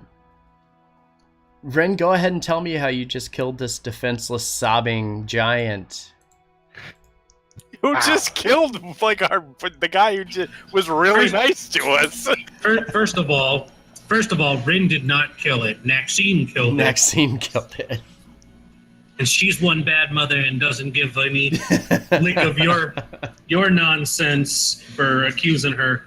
No, yeah, she just shrugs when Zelja, basically gives the reason. It's like, oh, no, I guess we can't really keep it prisoner. So she's like, all right, works for me. And she just fires off the bolts and it just strikes it square in the chest with the missiles until it falls over. All right. And then Selja continues, but maybe we could put him to okay, he's dead now. Never. well, he's dead now. All right. And with that, I think we're going to end our session tonight. Holy shit. I just want to let everyone know that my streak of being one-shotted in fights continues. Continues. You need to pick up toughness. Something. Don't roll for HP anymore. My streak of not being killed by Forged narrowly continues. I mean, it all would have been fine had you not one-shot the entire group the second time. Like the first time I let it slide. No, I was like, the first time hard mode it's fine. activated. We're good. Yeah, the first time I was like, it's fine. It's going to happen. And then he's like, I'm going to cast Firebolt 4th level or 3rd level. And I'm like, oh, okay. I guess I got to give them a challenge now. You Roll gave it me public such a event juicy activated. opportunity. It's like, look at this huge group that are all within 20 feet of each other. Yes, I'm going to throw a fireball at them. So yeah, hard mode activated. And guess what? It doesn't get any easier. No, it doesn't. It does not. Nab's thinking he's going to need to pick up some range stuff. Yeah, maybe. All right. Because So, I just could not get to anyone before they died. Just one request for me, and I'll remind you next session too. I need to start closer because she has a stupid amount of range, but I built her to be melee, and it's like I spend half the time just slogging it because I'm in the back. And it's like, no. And the way these encounters are set up, especially the way that I put them on the maps, is they're similar to this because you're entering into an area and you're seeing this at the farthest edge. So you're entering into this range where you're either seeing them before they see you, or they see you as you're approaching. So, and that's kind of what happened on both turns here, as you experienced in the town square. When you approached the town square, they were already there and they were just looking for anything, and they already had their plans. And then when you came here, they didn't see you because you were already en route and they weren't expecting anybody to be here. They were given orders to come to this location. So they had just arrived here and didn't expect to see anybody. And instantly died. Yeah, and instantly died. So yeah. All right, well, I'm going to go and end stream, and then I will come back and we'll go ahead and finish up and take care of all that stuff. All right, cool. That was fun. That was fun. All right, so schedule here. Everybody knows what we got going on. Oh man, what a night. So much stuff. Let's see. Hey, let's go raid somebody. Go say hi to them, because that's what we do here. Make sure you go say hi to them. Don't end your night without doing so, because it's important to us that you say hi and spread the love. Tonight we are going to go over to Nerd Immersion because we were trying to do that last time, but unfortunately it did not pan out. Go over, say hi to Nerd Immersion. They're great people. I've watched their stream a few times. Give them follows. Come back here on Saturday as our Alliance game continues. We'll see you then. Have a good night, guys, and I'll talk to you soon.